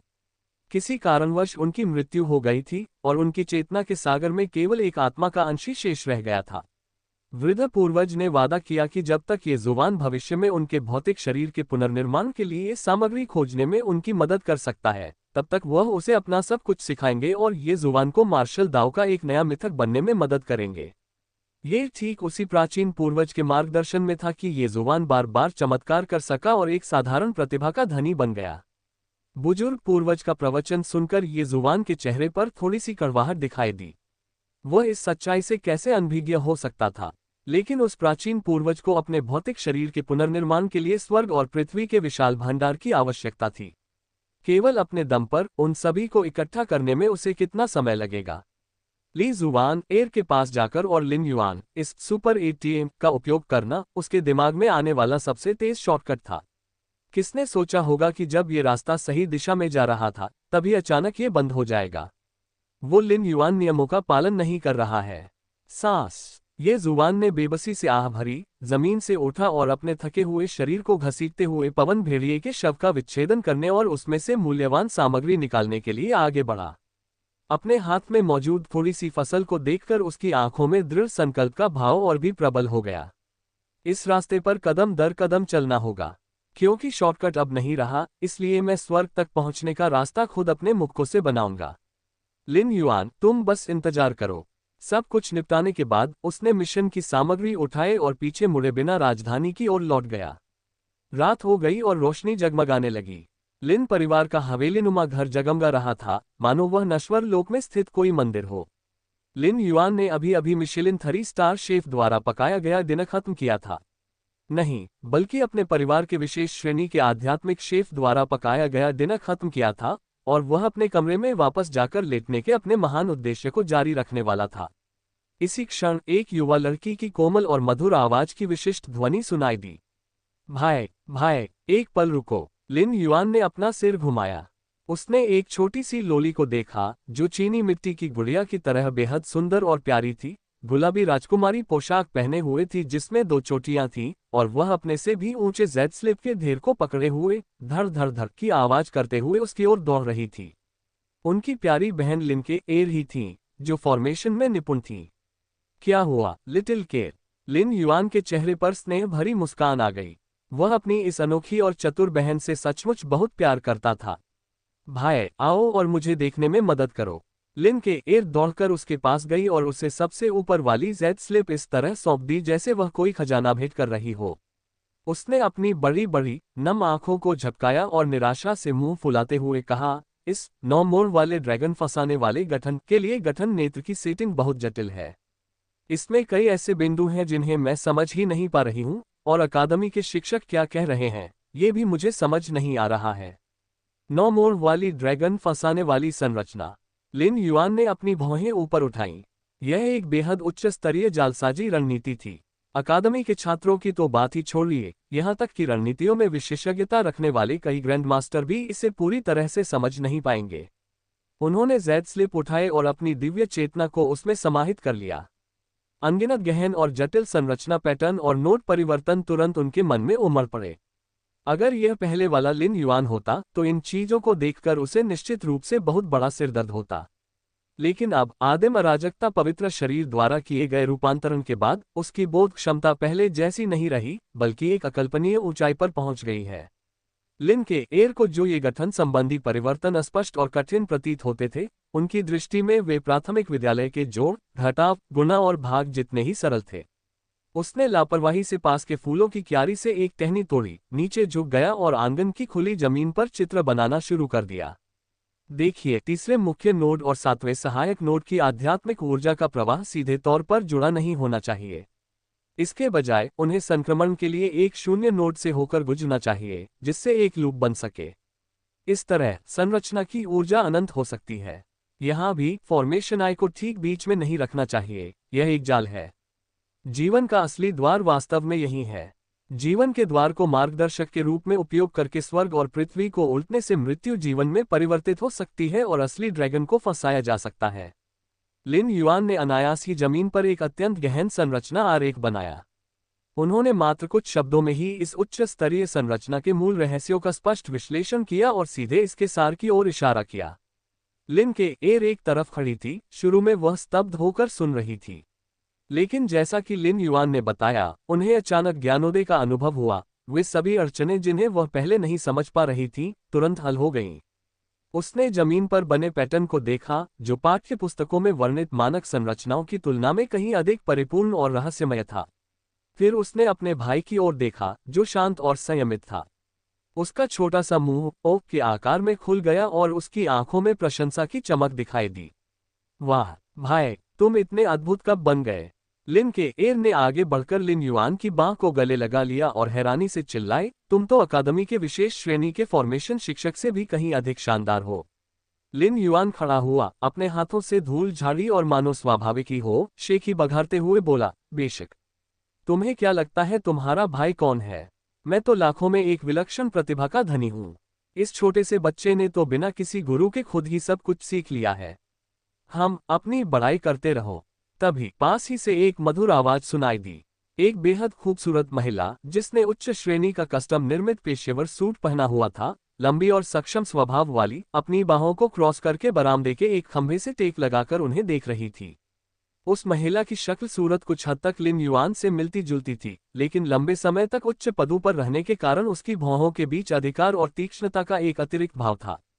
तुम सारा दिन मौज मस्ती में बिताते हो, तुम्हारी बकवास पर तो सिर्फ के एर जैसी छोटी बच्ची ही यकीन करेगी। शाओ युआन, भले ही हमारे परिवार का कारोबार बहुत अच्छा है, लेकिन मार्शल आर्ट का रास्ता नदी में नाव चलाने जैसा है। अगर तुम आगे नहीं बढ़ते तो पीछे हट जाते हो। तुम्हें खुद भी कड़ी मेहनत करनी होगी। इस परिचित, लगातार परेशान करने वाले उपदेश को सुनकर लिन युआन के सिर में तुरंत दर्द होने लगा। पूछने की जरूरत नहीं थी, उनकी शक्तिशाली व्यवसाय बहन लिन मेंग्याओ, जो एक विशाल वाणिज्यिक साम्राज्य को नियंत्रित करती थी, वापस आ चुकी थी। उनके दादा सीमा की रक्षा करते थे और उनके माता पिता उच्च पदों पर थे, जो साल भर में शायद ही कभी घर पर रहते थे। वे ज्यादातर वीडियो कॉल के माध्यम से संवाद करते थे। इस प्रकार उससे कुछ ही साल बड़ी उसकी बहन ने स्वाभाविक रूप से घर के मुखिया की भूमिका संभाल ली।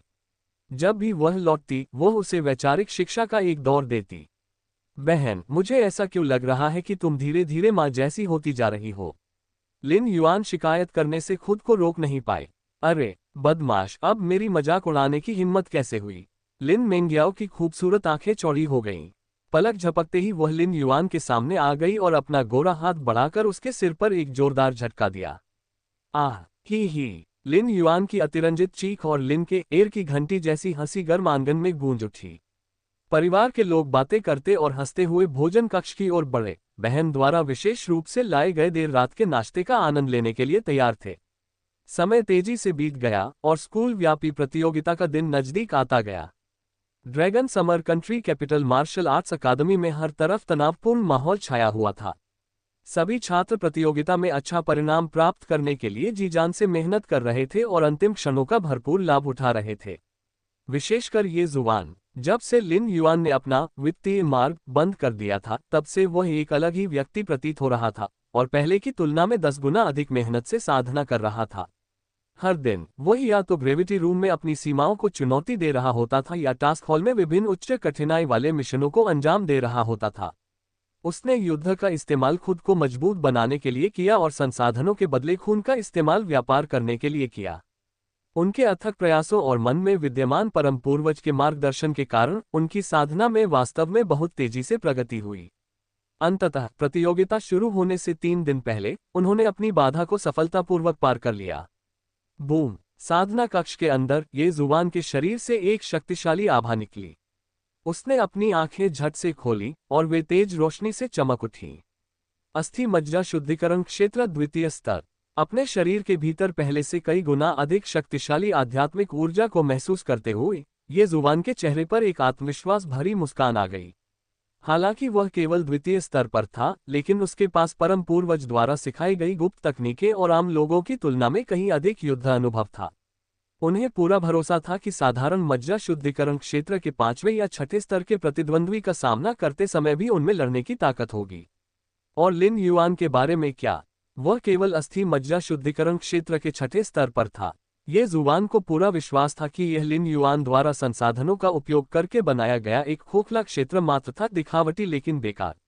जीवन और मृत्यु के वास्तविक संघर्ष में लोक ही एकमात्र निर्णायक कारक नहीं है। उसके सीने में युद्ध की प्रबल इच्छा धधक रही थी। वह लिन युआन को चुनौती देना चाहता था। वह प्रतियोगिता से पहले सबके सामने इस कभी ऊंचे ओहदे पर रहे युवा गुरु को पूरी तरह से कुचल देना चाहता था, ताकि उसकी पिछली सारी निराशा दूर हो जाए। आपने कहा, हमने किया। ये जुबान तुरंत उठ खड़ी हुई और आक्रामक ढंग से साधना कक्ष से बाहर निकलकर सीधे उस पिछले बगीचे की ओर चली गई जहां लिन युआन अक्सर रहती थी। निश्चित रूप से उसने एक नज़र में ही उस परिचित आकृति को देख लिया। लिन युआन लॉन पर लेटी हुई थी, मुंह में घास की एक पत्ती दबाए और पैर मोड़कर वह धूप सेंकते हुए एक अनजान सी धुन गुनगुना रहा था। वह आरामदेह और सुखदायक माहौल अकादमी की तैयारियों के तनावपूर्ण वातावरण से बिल्कुल मेल नहीं खाता था। इस दृश्य को देखकर ये जुबान के दिल में तुरंत गुस्सा भड़क उठा और उसकी कनपटी की नसें फूल गईं। मैं यहाँ अपने जीवन के लिए साधना कर रहा हूँ और तुम, ये आदमी, सचमुच यहाँ सो रहे हो। लिन युआन, ये जुबान आगे बढ़ा और एक गूंजती हुई घंटी जैसी आवाज में दहाड़ा, तुम निकम्मे। क्या तुम मुझसे निष्पक्ष मुकाबला करने की हिम्मत करते हो? लिन युआन गर्जना से विचलित हो गया और अधीरता से अपनी आंखें खोली। उसने जम्हाई ली और आलस्य से उसकी ओर देखा। आपसे प्रतिस्पर्धा करूं? क्यों? तुम? ये जुबान उसके उदासीन रवैये से इतना क्रोधित हुआ कि उसका मुंह खून से भर आया। क्या तुम डरते हो? डर लग रहा है? लिन युआन ने ऐसे अभिनय किया जैसे उसने कोई बड़ा मजाक सुना हो। मुझे इसमें कोई दिलचस्पी नहीं है। क्या तुम्हें पीटने से मुझे ज्यादा आराम मिलेगा या धूप ज्यादा गर्म लगेगी? छी! इन हल्के शब्दों ने ये जुबान को 10,000 शापित अभिशापों से भी अधिक नुकसान पहुंचाया। ये तो सरासर अवहेलना थी। तुम तो मौत को बुला रहे हो। ये जुबान गुस्से से उबल पड़ा और अब खुद को रोक नहीं पाया। उसके शरीर में व्याप्त आध्यात्मिक ऊर्जा तुरंत फूट पड़ी और वह सीधे हमला करने के लिए आगे बढ़ा। रुको, बच्चे, जल्दबाजी मत करो। उसके मन में परम पूर्वज की आवाज तेजी से गूंजी, इस लड़के की आभा स्थिर और लंबी है, अथाह है। अभी जल्दबाजी में कोई कदम उठाना तुम्हारे लिए हानिकारक होगा। अपने क्रोध को कुछ पल के लिए काबू में रखो। प्रतियोगिता के दौरान सभी बड़े लोगों के सामने उसे हराने की यही सबसे अच्छी रणनीति है। अब और बर्दाश्त नहीं कर सकता। ये जुबान ने मन ही मन दहाड़ा। आज मैं उसे पूरी तरह से कुचल दूंगा। उसे पता चलने दूंगा कि असली प्रतिभा कौन है। परम पूर्वज उसे मना नहीं सका और मन ही मन आह भर बैठा। जिस क्षण ये जुबान हमला करने ही वाली थी, उसी समय एक आकृति वहां से गुजरी। ये हुआन, ये ली जुआनर थी। वह तेजी से चलकर वहां पहुंची। जब उसने लॉन पर लिन युआन को देखा तो उसके चेहरे के भाव स्पष्ट रूप से कुछ अजीब और अस्वाभाविक हो गए। लेकिन फिर भी उसने लिन युआन से बात नहीं की, बल्कि सीधे ये जुबान की ओर देखा। ये जुबान, मेरे साथ एक पल के लिए आओ, मुझे तुमसे कुछ बात करनी है। हाल के इस दौर में लिन युआन की संसाधनों की आपूर्ति खो देने के बाद ली जुबान एर को अंततः साधना की कठिनाई का गहराई से एहसास हुआ। उसकी साधना की प्रगति धीमी थी और वह अस्थि मज्जा शुद्धिकरण क्षेत्र के तीसरे स्तर पर बिना किसी प्रगति के अटकी हुई थी, जिससे उसे अभूतपूर्व संकट का एहसास हुआ। इसलिए वह ये जुबान को ढूंढकर एक टीम बनाना चाहती थी और अनुभव प्राप्त करने और संसाधन जुटाने के लिए बाहर जाना चाहती थी। हालांकि ये जुबान इस समय गुस्से से आग बबूला था और ली जुबान र को देखकर उसका गुस्सा और भी बढ़ गया। इसी महिला की वजह से लिन युआन ने उसे अपमानित किया था और उसकी आर्थिक स्थिति खराब कर दी थी।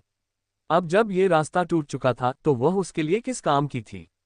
ये जुबान ने उसे ठंडी नजर से देखा और कड़े स्वर में कहा, मैं आजकल बहुत व्यस्त हूं, समय नहीं है। इतना कहकर उसने ली जुबान एर की प्रतिक्रिया का भी इंतजार नहीं किया। उसने प्रहार करने की इच्छा को दबाया, ठंडी सी आवाज निकाली और तेजी से वहां से चला गया। ली जुबान एर को वहीं आश्चर्यचकित खड़ा छोड़कर उसने ये जुबान की पीठ की ओर देखा जो बिना रुके चला गया। फिर उसने दूर लॉन पर खड़ी लिन युआन की ओर देखा, जिसने उसकी ओर देखने की जहमत तक नहीं उठाई। उसके दिल में पहली बार अवर्णनीय भ्रम और पछतावे की भावना उमड़ पड़ी।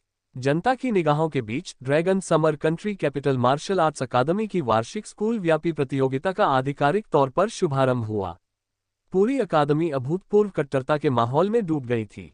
विशाल सेंट्रल मार्शल आर्ट्स फील्ड शोरगुल और लहराते झंडों से गुलजार था। खबर सुनकर असंख्य छात्र और विभिन्न गुटों के प्रतिनिधि अपना ध्यान यहीं केंद्रित करने लगे। छात्रों के लिए एक ही मुकाबले में प्रसिद्धि पाने का ये सबसे अच्छा मंच था। यदि कोई प्रतियोगिता में उत्कृष्ट प्रदर्शन करने में सक्षम होता है तो उसे न केवल अकादमी द्वारा प्रदान किए गए विशाल संसाधन पुरस्कार प्राप्त होंगे, बल्कि ड्रैगन समर कंट्री की सेना, एल्डर काउंसिल या प्रमुख शीर्ष स्तरीय वित्तीय दिग्गजों द्वारा भी उसकी प्रतिभा को पहचाना जा सकता है, जिससे वह आगे चलकर शीर्ष पर पहुंच सकता है। पंजीकरण डेस्क पर ये जुबान सीधे खड़े थे, उनकी निगाहें तलवार की तरह तेज थीं। उसने अपनी मुठ्ठियां भींच ली, अपने शरीर के भीतर अस्थि मज्जा शुद्धिकरण क्षेत्र द्वितीय स्तर की आध्यात्मिक ऊर्जा के उफान को महसूस करते हुए उसका हृदय युद्ध की तीव्र इच्छा से भर गया। लिन युआन, उसने कसम खाई कि इस मंच पर सबके सामने वह उस आदमी को बेरहमी से अपने पैरों तले कुचल देगा। वह अपने ऊपर हुए सभी अपमानों का 100 गुना बदला लेगा। वह चाहता था कि हर कोई देखे कि वास्तव में भाग्य द्वारा चुना गया व्यक्ति कौन है। वह वहां एक भाले की तरह खड़ा था जो लॉन्च होने के लिए तैयार हो, उसकी आंखें पंजीकरण मार्ग पर टिकी हुई थीं, उस परिचित आकृति के प्रकट होने की प्रतीक्षा में। हालांकि समय मिनट दर मिनट बीतता गया। सुबह से शाम तक पंजीकरण मार्ग बंद होने वाला था और ये जुबान की भौहें और भी कसती जा रही थीं। वह कहाँ था? लिन युआन नाम का वह आदमी अभी तक क्यों नहीं आया था? पंजीकरण बंद हो गया है। प्रभारी शिक्षक की तेज आवाज के साथ ही पंजीकरण मार्ग धीरे धीरे बंद हो गया। ये जुबान खाली गलियारे को देखकर पूरी तरह से स्तब्ध रह गई। अविश्वास से भरी निगाहों से वह पंजीकरण सूची की ओर दौड़ा और उसे शुरू से अंत तक 3 बार ध्यान से पढ़ा। कुछ नहीं। लिन युआन का नाम तो वहां था ही नहीं। वो आदमी, उसने तो पंजीकरण भी नहीं कराया। पफ! ये जुबान को लगा जैसे उसके सिर में खून का प्रवाह बढ़ गया हो। उसके गले में एक मीठापन सा महसूस हुआ। वो लगभग मुंह भर खून थूकने ही वाला था। उसे ऐसा महसूस हो रहा था जैसे वह एक शीर्ष स्तर का बॉक्सिंग चैंपियन हो जिसने महीनों तक सावधानीपूर्वक तैयारी की हो, अपनी पूरी ताकत जुटाई हो और सबसे शानदार मुद्रा बनाए हो, लेकिन उसका प्रतिद्वंद्वी रिंग में आया ही न हो। यह मुक्का सीधे कपास पर लगा था। नहीं, ये तो हवा में ही जा गिरा था। उस तरह की हताशा और बेबसी ने उसे लगभग पागल कर दिया था। क्यों? उसने अनिच्छा से पास से गुजर रहे एक छात्र को पकड़ा और पूछा, लिन युआन कहाँ है? वह प्रतियोगिता में भाग क्यों नहीं ले रहा है? छात्र उसे देखकर चौंक गया और हकलाते हुए बोला, युवा मास्टर लिन, वह पीछे के बगीचे में सो रहे हैं। सोना। ये जुबान अपने दिल के गुस्से को और दबा नहीं सका। वह एक पागल बैल की तरह मुड़ा और पीछे के बगीचे की ओर दौड़ पड़ा। निश्चित रूप से उसने तुरंत उस आकृति को देखा जिसे देखकर उसके मन में घृणा की आग भड़क उठी। लिन युआन उस परिचित प्राचीन वृक्ष के नीचे लेटा हुआ था। अपनी बाहों को तकिए की तरह थामे हुए वह गहरी नींद में सो रहा था। उसके होठों के कोने पर एक हल्की सी सुखद मुस्कान भी झलक रही थी, मानो वह कोई खूबसूरत सपना देख रहा हो। लिन युआन, ये जुबान की दहाड़ बिजली की कड़क जैसी थी जिससे आसपास के पत्ते कांप उठे। लिन युआन नींद से जाग गया और उसने अधीरता से अपनी आंखें मली। अपने सामने खड़े लाल चेहरे वाले कांपते हुए आदमी को देखकर उसने आलस से पूछा, इतना शोर क्यों मचा रहे हो? क्या तुम्हें नहीं पता कि किसी की नींद में खलल डालना बहुत ही असभ्य व्यवहार है? मैं तुमसे पूछ रहा हूं। ये जुबान ने कांपती हुई आवाज में अपनी नाक की ओर इशारा करते हुए कहा, तुम स्कूल व्यापी प्रतियोगिता में भाग क्यों नहीं ले रहे हो? लिन युआन ने उसे ऐसे देखा मानो वह कोई मूर्ख हो। मुझे इसमें भाग क्यों लेना चाहिए? क्या तुम खुद को साबित नहीं करना चाहते? क्या तुम मुझसे आमना सामना नहीं करना चाहते? खुद को साबित करूं? लिन युआन ने ताना मारा और वापस लेट गया। मुझे किसे कुछ साबित करने की जरूरत है। जहां तक तुम्हारी बात है। वह रुका, उसकी आवाज सपाट थी लेकिन उसमें घोर तिरस्कार झलक रहा था। आप में अभी वो योग्यताएं नहीं हैं जो मुझे आप में दिलचस्पी दिला सके। ये जुबान पूरी तरह से जम गई। उसे एहसास हुआ कि उसके सारे प्रयास, उसका सारा गुस्सा और उसकी सारी अनिच्छा उस व्यक्ति के सामने एक मजाक के समान थी जिसने कोशिश करना पूरी तरह से छोड़ दिया था। आप उकसावे का इस्तेमाल कभी भी ऐसे व्यक्ति को उत्तेजित करने के लिए नहीं कर सकते जिसे जीत या हार की बिल्कुल भी परवाह नहीं है। आप ऐसे प्रतिद्वंदी को कभी नहीं हरा सकते जो आपसे लड़ना ही नहीं चाहता। एक अभूतपूर्व शक्तिहीनता की भावना ने ये जुबान को ज्वार की तरह डुबो दिया। पहली बार उसे एहसास हुआ कि वास्तव में उसके पास इस व्यक्ति से निपटने का कोई तरीका नहीं है। लिन युआन के स्कूल व्यापी प्रतियोगिता में भाग न लेने की खबर अकादमी के भीतर एक भारी बम की तरह फट गई। पूरा कैंपस फोरम एक बार फिर ठप हो गया। चौंकाने वाली खबर, लिन युआन ने नाम वापस ले लिया। उसने तो पंजीकरण ही नहीं कराया था। हालात क्या हैं? क्या वो कुछ समय पहले बहुत घमंडी नहीं था? जब मामला गंभीर हुआ तो वो इतनी जल्दी कैसे पीछे हट गया? मैंने तुमसे कहा था, वह जरूर डरा हुआ होगा। वह जानता है कि वह ये जुबान को हरा नहीं सकता जो जी जान से साधना कर रहा है, इसलिए उसने काया बनने का फैसला किया। छोड़ो भी, क्या छठे स्तर के अस्थि मज्जा शुद्धिकरण क्षेत्र के युवा मास्टर लिन दूसरे स्तर के अस्थि मज्जा शुद्धिकरण क्षेत्र के किसी व्यक्ति से डरेंगे? तुम ऐसा नहीं कह सकते। हालांकि ये जुबान अस्थि मज्जा शुद्धिकरण क्षेत्र के द्वितीय स्तर पर है, मैंने सुना है कि वह असाधारण रूप से प्रतिभाशाली और शक्तिशाली है, हमेशा उच्च स्तर के लोगों को चुनौती देने में सक्षम है।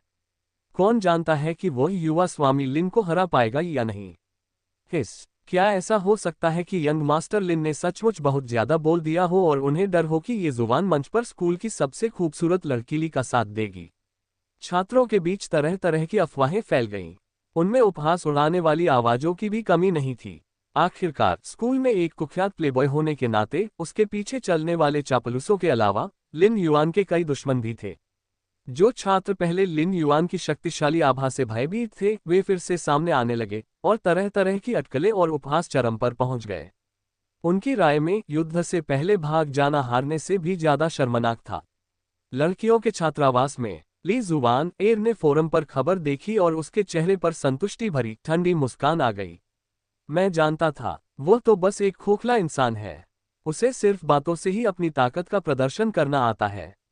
जब ताकत से बोलने का समय आता है तो उसका असली रंग सामने आ जाता है। उसने अपने बगल में बैठी अपनी रूममेट से कहा।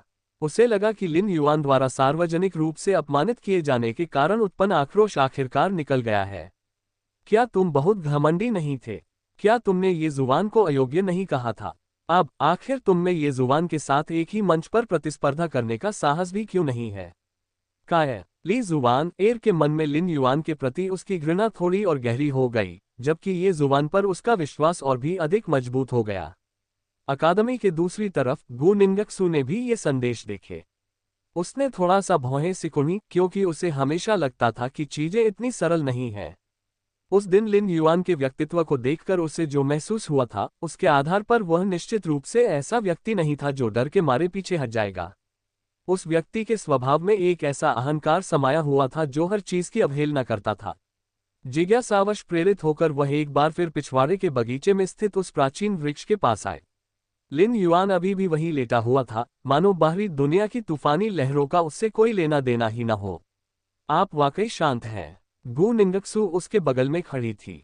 उसने अपनी बाहें मोड़ी और उसकी ओर देखते हुए कहा, अब पूरा स्कूल कह रहा है कि तुम काया हो और ये जुबान से डरते हो। क्या तुम सफाई नहीं देना चाहते? लिन युआन ने आंखें भी नहीं खोली, बस आलस से जवाब दिया, समझाओ। मैं क्यों समझाऊं? तुम उन्हें अपने बारे में इस तरह बात करने दोगे? गु निंगक्सु को उसका जिद्दी रवैया देखकर हंसी आ रही थी। लिन युआन ने आखिरकार अपनी आंखें खोली। वह उठ बैठा, गु निंगक्सु की ओर शांत भाव से देखा और पलटकर पूछा, क्या एक शेर को भीड़ों के झुंड की राय की परवाह होगी? क्या आपको लगता है कि मुझे चींटियों के एक समूह के सामने अपनी ताकत साबित करने की जरूरत है? उन गहरे काले रंग की आंखों में कोई हलचल नहीं थी, फिर भी उनसे दिल दहला देने वाला प्रभुत्व और आत्मविश्वास झलक रहा था। गु निंगक्सु का दिल बिना किसी कारण के धड़कना भूल गया।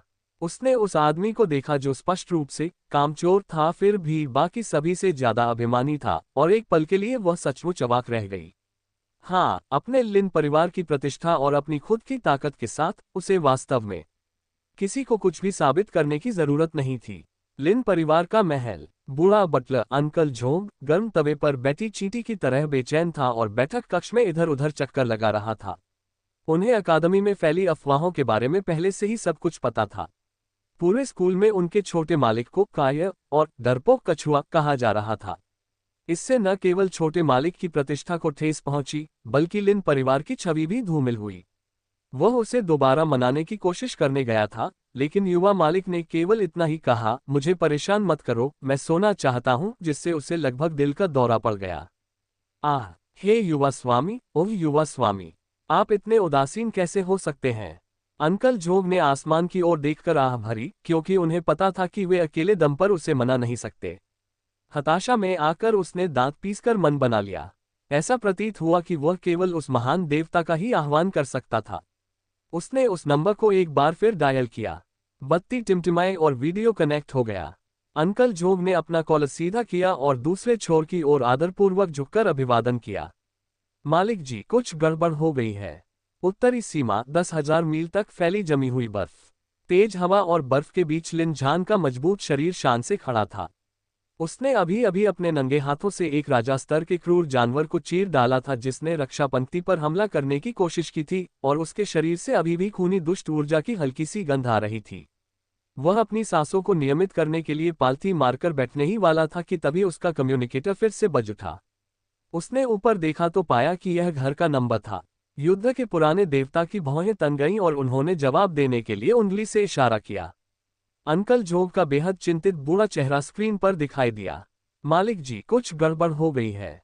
अंकल जोग की रिपोर्ट सुनने और यह जानने के बाद कि उनका लाडला पोता वास्तव में स्कूल व्यापी प्रतियोगिता में भाग लेने के लिए भी बहुत आलसी था और पूरे स्कूल द्वारा उसे काय के रूप में माना जा रहा था, लिन झान का चेहरा तुरंत गुस्से से लाल हो गया। बकवास! वह दहाड़ा और उसके चारों ओर 100 मील तक हवा और बर्फ एक पल के लिए थम गई। उस बदमाश से फोन कनेक्ट करो। अगले ही पल लिन युआन की कलाई पर लगा विशेष रूप से निर्मित संचार उपकरण तेजी से कांपने लगा। लिन युआन नौकरानी द्वारा दी गई ठंडी शराब का आनंद ले रहा था, तभी उसने कम्युनिकेटर पर कॉलर आईडी देखी। उसने अपनी भौहें उठाईं और आलस्य से जवाब दिया। उसके सामने एक होलोग्राफिक प्रक्षेपण प्रकट हुआ जिसमें उसके दादाजी दिखाई दिए, जो तीव्र दुष्ट ऊर्जा का विकिरण कर रहे थे। अरे बूढ़े, आज तो बिल्कुल खाली हो। खूंखार जानवरों को मारने के बजाय मेरा हालचाल पूछने आए हो। लिन युआन हमेशा की तरह बेपरवाह अंदाज में रहा। आप बववा, मैंने सुना है कि तुम स्कूल व्यापी प्रतियोगिता में भाग भी नहीं ले रहे हो। तुम क्या करने की कोशिश कर रहे हो? क्या तुम हमारे लिन परिवार की सारी इज्जत लूटना चाहते हो? उसका रवैया देखकर लिन झान इतना क्रोधित हुआ कि उसकी दाढ़ी खड़ी हो गई। इज्जत खोना? भला ऐसा कैसे हो सकता है? लिन युआन ने बेपरवाही से कहा। मैं तो असल में लिन परिवार की प्रतिष्ठा की रक्षा कर रहा हूं। बकवास! लिन झान क्रोधित हो गया। इसके बारे में सोचो। मैं, प्रतिष्ठित लिन झान का पोता, लिन परिवार का भावी उत्तराधिकारी, एक अद्वितीय प्रतिभावान व्यक्ति, बच्चों के घर घर खेलने के स्तर की प्रतियोगिता में भाग लेने जा रहा हूं। क्या यह मेरी प्रतिष्ठा को कम नहीं करेगा? कुछ नौसिखियों से लड़ना, भले ही मैं जीत जाऊं, क्या यह अच्छा लगता है? यह बहुत ही अपमानजनक है। लिन युआन ने गंभीर चेहरे के साथ विश्लेषण किया। आप? लिन झान उसकी इस बेतुकी दलील से इतना क्रोधित हुआ कि वह हंस पड़ा।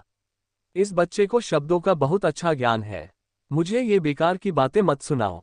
मुझे परवाह नहीं कि ये अपमानजनक है या नहीं, तुम्हें आज इस प्रतियोगिता में भाग लेना ही होगा। लिन झान ने अपना चेहरा सीधा किया और उसकी आवाज में कोई संदेह नहीं रह गया। क्यों? लिन युआन ने असंतुष्ट भाव से बुदबुदाया। इसके 3 कारण हैं। लिन झान ने 3 उंगलियां ऊपर उठाईं। तुम मेरे, लिन झान के पोते हो, तुम मेरे लिन परिवार के वंशज हो। मेरे लिन परिवार के लोग उद्दंड और अभिमानी हो सकते हैं, लेकिन उन्हें कभी काय नहीं समझना चाहिए। अगर कोई चुगली करने की हिम्मत करे तो उसे तब तक मारो जब तक वह चुप न हो जाए। मैंने 100 वर्षों तक उत्तरी सीमा की रक्षा की है, खूंखार दरिंदों को तब तक मारा है जब तक कि वे दक्षिण की ओर जाने की हिम्मत न करें, और मेरी प्रतिष्ठा जग जाहिर है। फिर भी मेरा अपना पोता स्कूल में कायरता दिखा रहा है। आप मुझसे उम्मीद करते हैं कि मैं अपना बुरा चेहरा कहाँ रखूं? और भी बहुत कुछ है। लिन झान लगातार बड़बड़ाता रहा। धत्तेरी की, मैं बस लेटकर आराम करना चाहता था, क्या इसकी अनुमति नहीं है? कोई विकल्प नहीं। चाहे कुछ भी हो जाए, वह बूढ़े आदमी के खिलाफ विद्रोह नहीं कर सकता था। ठीक है, ठीक है, ठीक है, मैं चला जाऊंगा। लेकिन बूढ़े आदमी, आपको मुझसे वादा करना होगा, अगर मैं सचमुच प्रथम स्थान प्राप्त करता हूं, तो आपको मुझे पूरी स्वतंत्रता देनी होगी। अब मेरी उम्र कितनी है? लिन युआन अवाक रह गई। ठीक है, जब तक तुम प्रथम स्थान पर आते हो तब तक तुम जो चाहो कर सकते हो। अगर किसी ने तुम्हें परेशान करने की हिम्मत की तो मैं उसकी टांगें तोड़ दूंगा। लिन झान तुरंत सहमत हो गया। ये सुनकर लिन युआन की आंखें तुरंत चमक उठीं। मुझे परेशान करने वाला कोई नहीं है। ये सौदा वाकई फायदेमंद है। अब तो मेरी बड़ी बहन भी मेरा कुछ नहीं बिगाड़ सकती। इससे बस कुछ बच्चों की पिटाई होगी। हालांकि यह थोड़ा असुविधाजनक है, लेकिन अगले महीने एक सुखी जीवन के लिए ये सब सहना उचित है। साथ ही इससे बूढ़ा आदमी चुप हो जाएगा, एक तीर से 2 निशाने लग जाएंगे। सौदा। लिन युआन तुरंत ऊर्जा से भरपूर होकर लाउंज कुर्सी से उठ बैठी। बूढ़े आदमी, चिंता मत करो, स्कूल में प्रथम स्थान प्राप्त करना तो मेरे लिए बहुत आसान है। अब ठीक लगा। लिन झान ने संतुष्टि से सिर हिलाया और संचार बंद कर दिया। लिन युआन ने अंगड़ाई ली और बगल में खड़े अंकल झोंग को निर्देश दिया, अंकल झोंग, जाए और मेरा नाम देर से दर्ज करवा दीजिए। उन्हें बता दीजिए कि मैं, लिन युआन, भाग ले रहा हूं।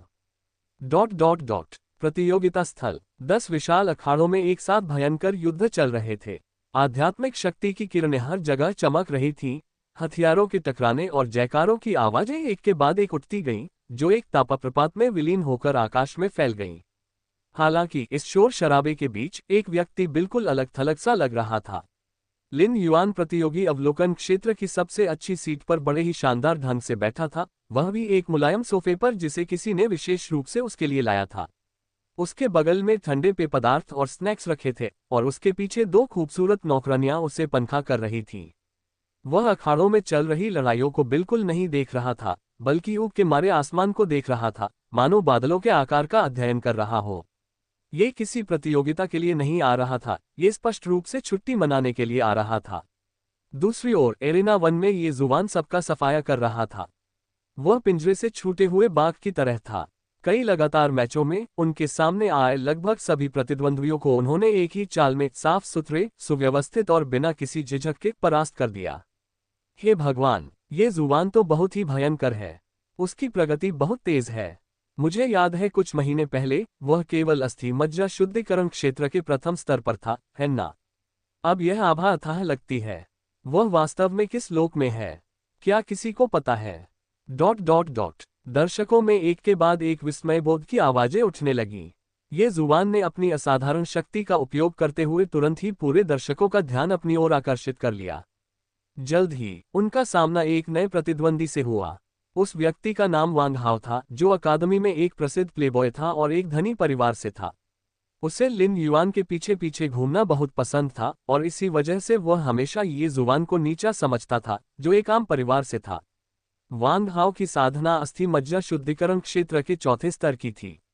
जैसे ही वह मंच पर चढ़ा, उसने ये जुबान की ओर इशारा करते हुए घमंड से कहा, ये जुबान, मैं तुम्हें सलाह देता हूं कि अभी यहां से हट जाओ, ताकि बाद में तुम्हारी बुरी तरह पिटाई न हो और घर जाकर अपनी मां को ढूंढते हुए रोना न पड़े। ये जुबान भावहीन रहा, उसकी आंखें ठंडी थीं। ऐसा लगता है कि लिन युआन के न आने के कारण तुम चापलूसों ने पहले ही मोर्चा संभाल लिया है।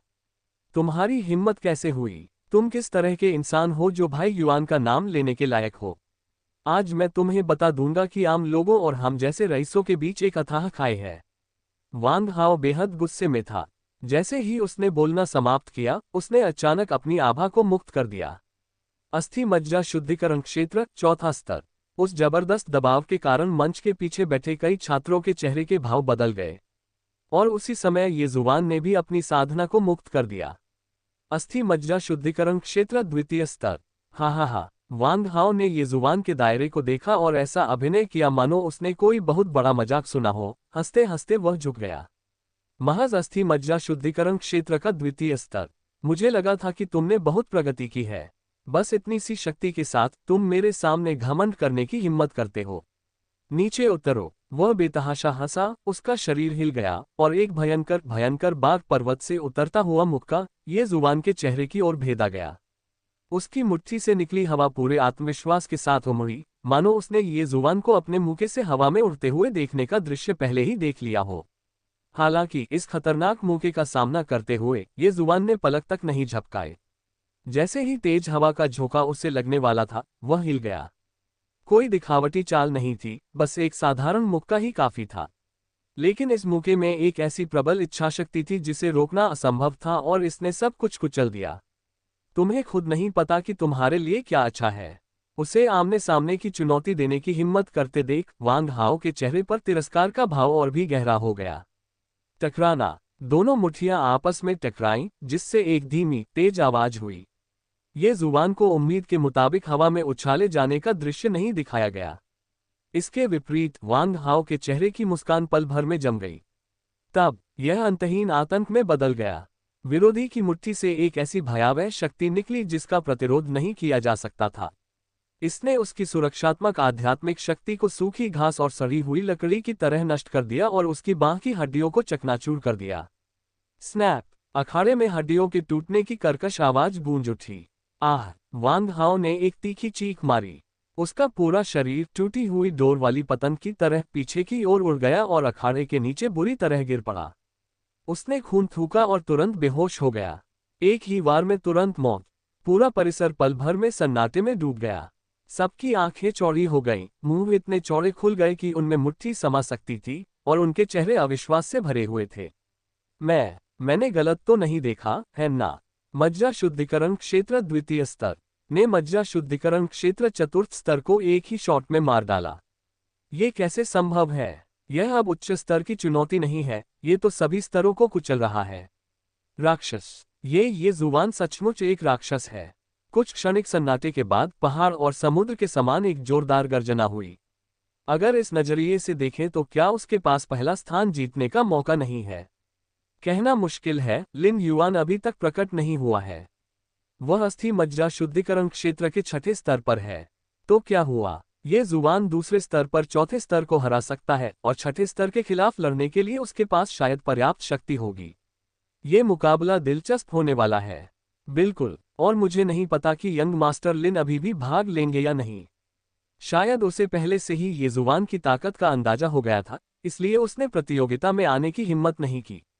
दर्शक उत्साहपूर्वक चर्चा करने लगे। ये जुबान को देखते हुए उनकी आंखों में असीम आशा झलक रही थी। इसके बाद अन्य मैदानों में हुए मैच भी उतने ही रोमांचक थे। गु निंगक्सू का हावभाव सुरुचिपूर्ण था, और उनकी गिरती बर्फ की तलवार तकनीक का उन्होंने पूर्णतया उपयोग किया, जिससे उन्होंने आसानी से अपने प्रतिद्वंद्वी को हरा दिया और दर्शकों से वाहवाही बटोरी। ली जुबान एर भी अखाड़े में उतरी। उसकी प्रतिद्वंदी अस्थि मज्जा शुद्धिकरण क्षेत्र के तीसरे स्तर की एक वरिष्ठ छात्रा थी।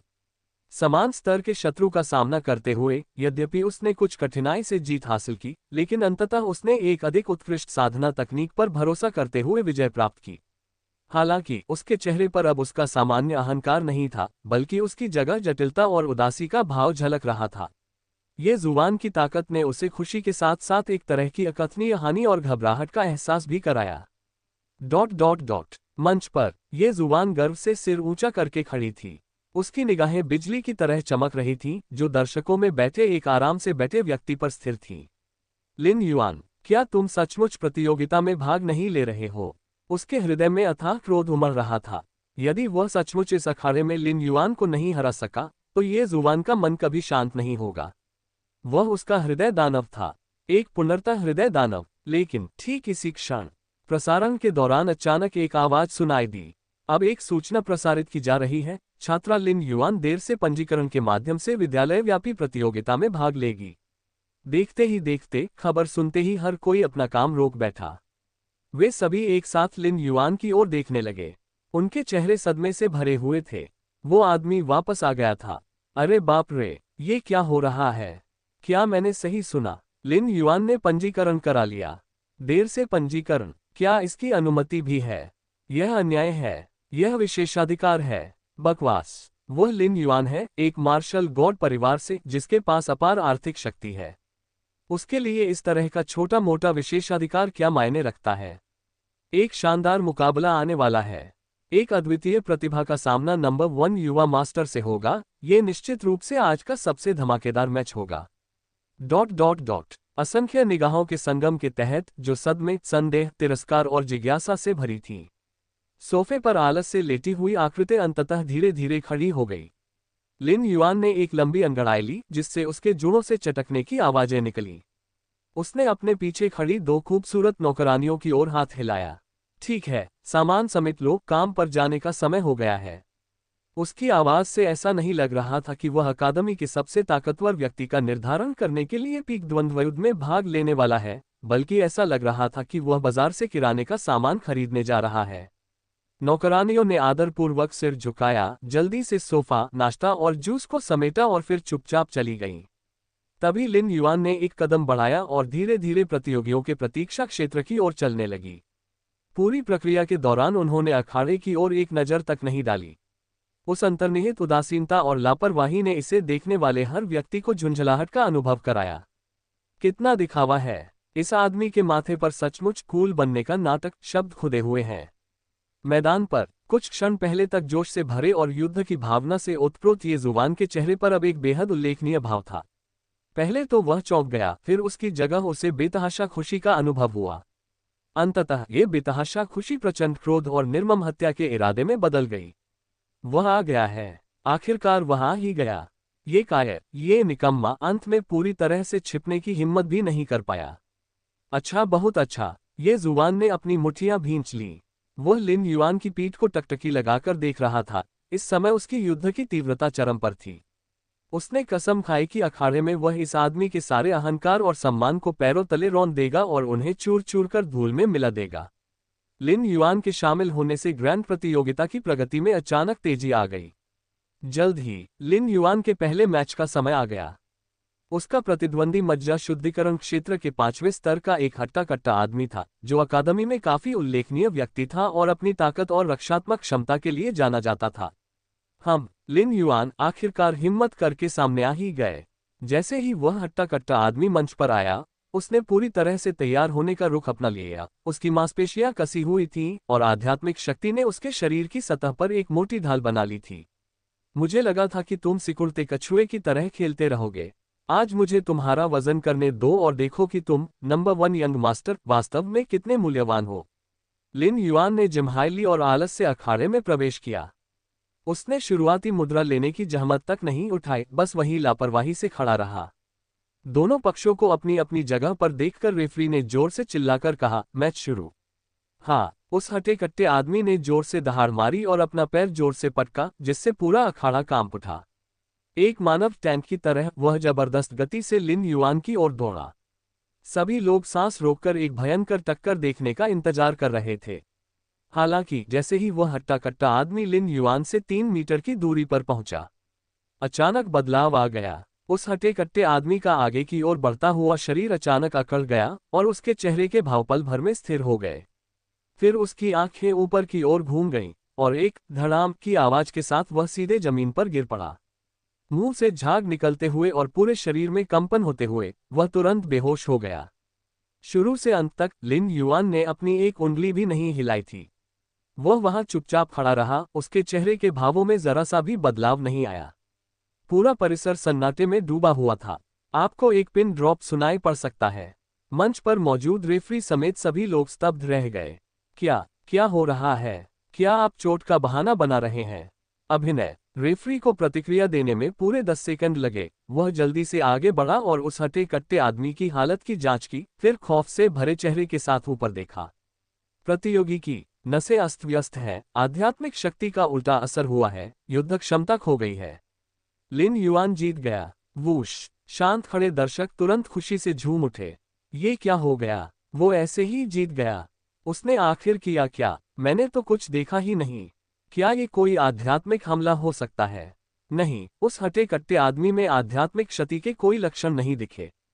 सभी की उलझन और चर्चा के बीच लिन युआन ने जम्हाई ली और धीरे धीरे अखाड़े से बाहर निकलकर अपने सोफे पर वापस जाकर लेट गया।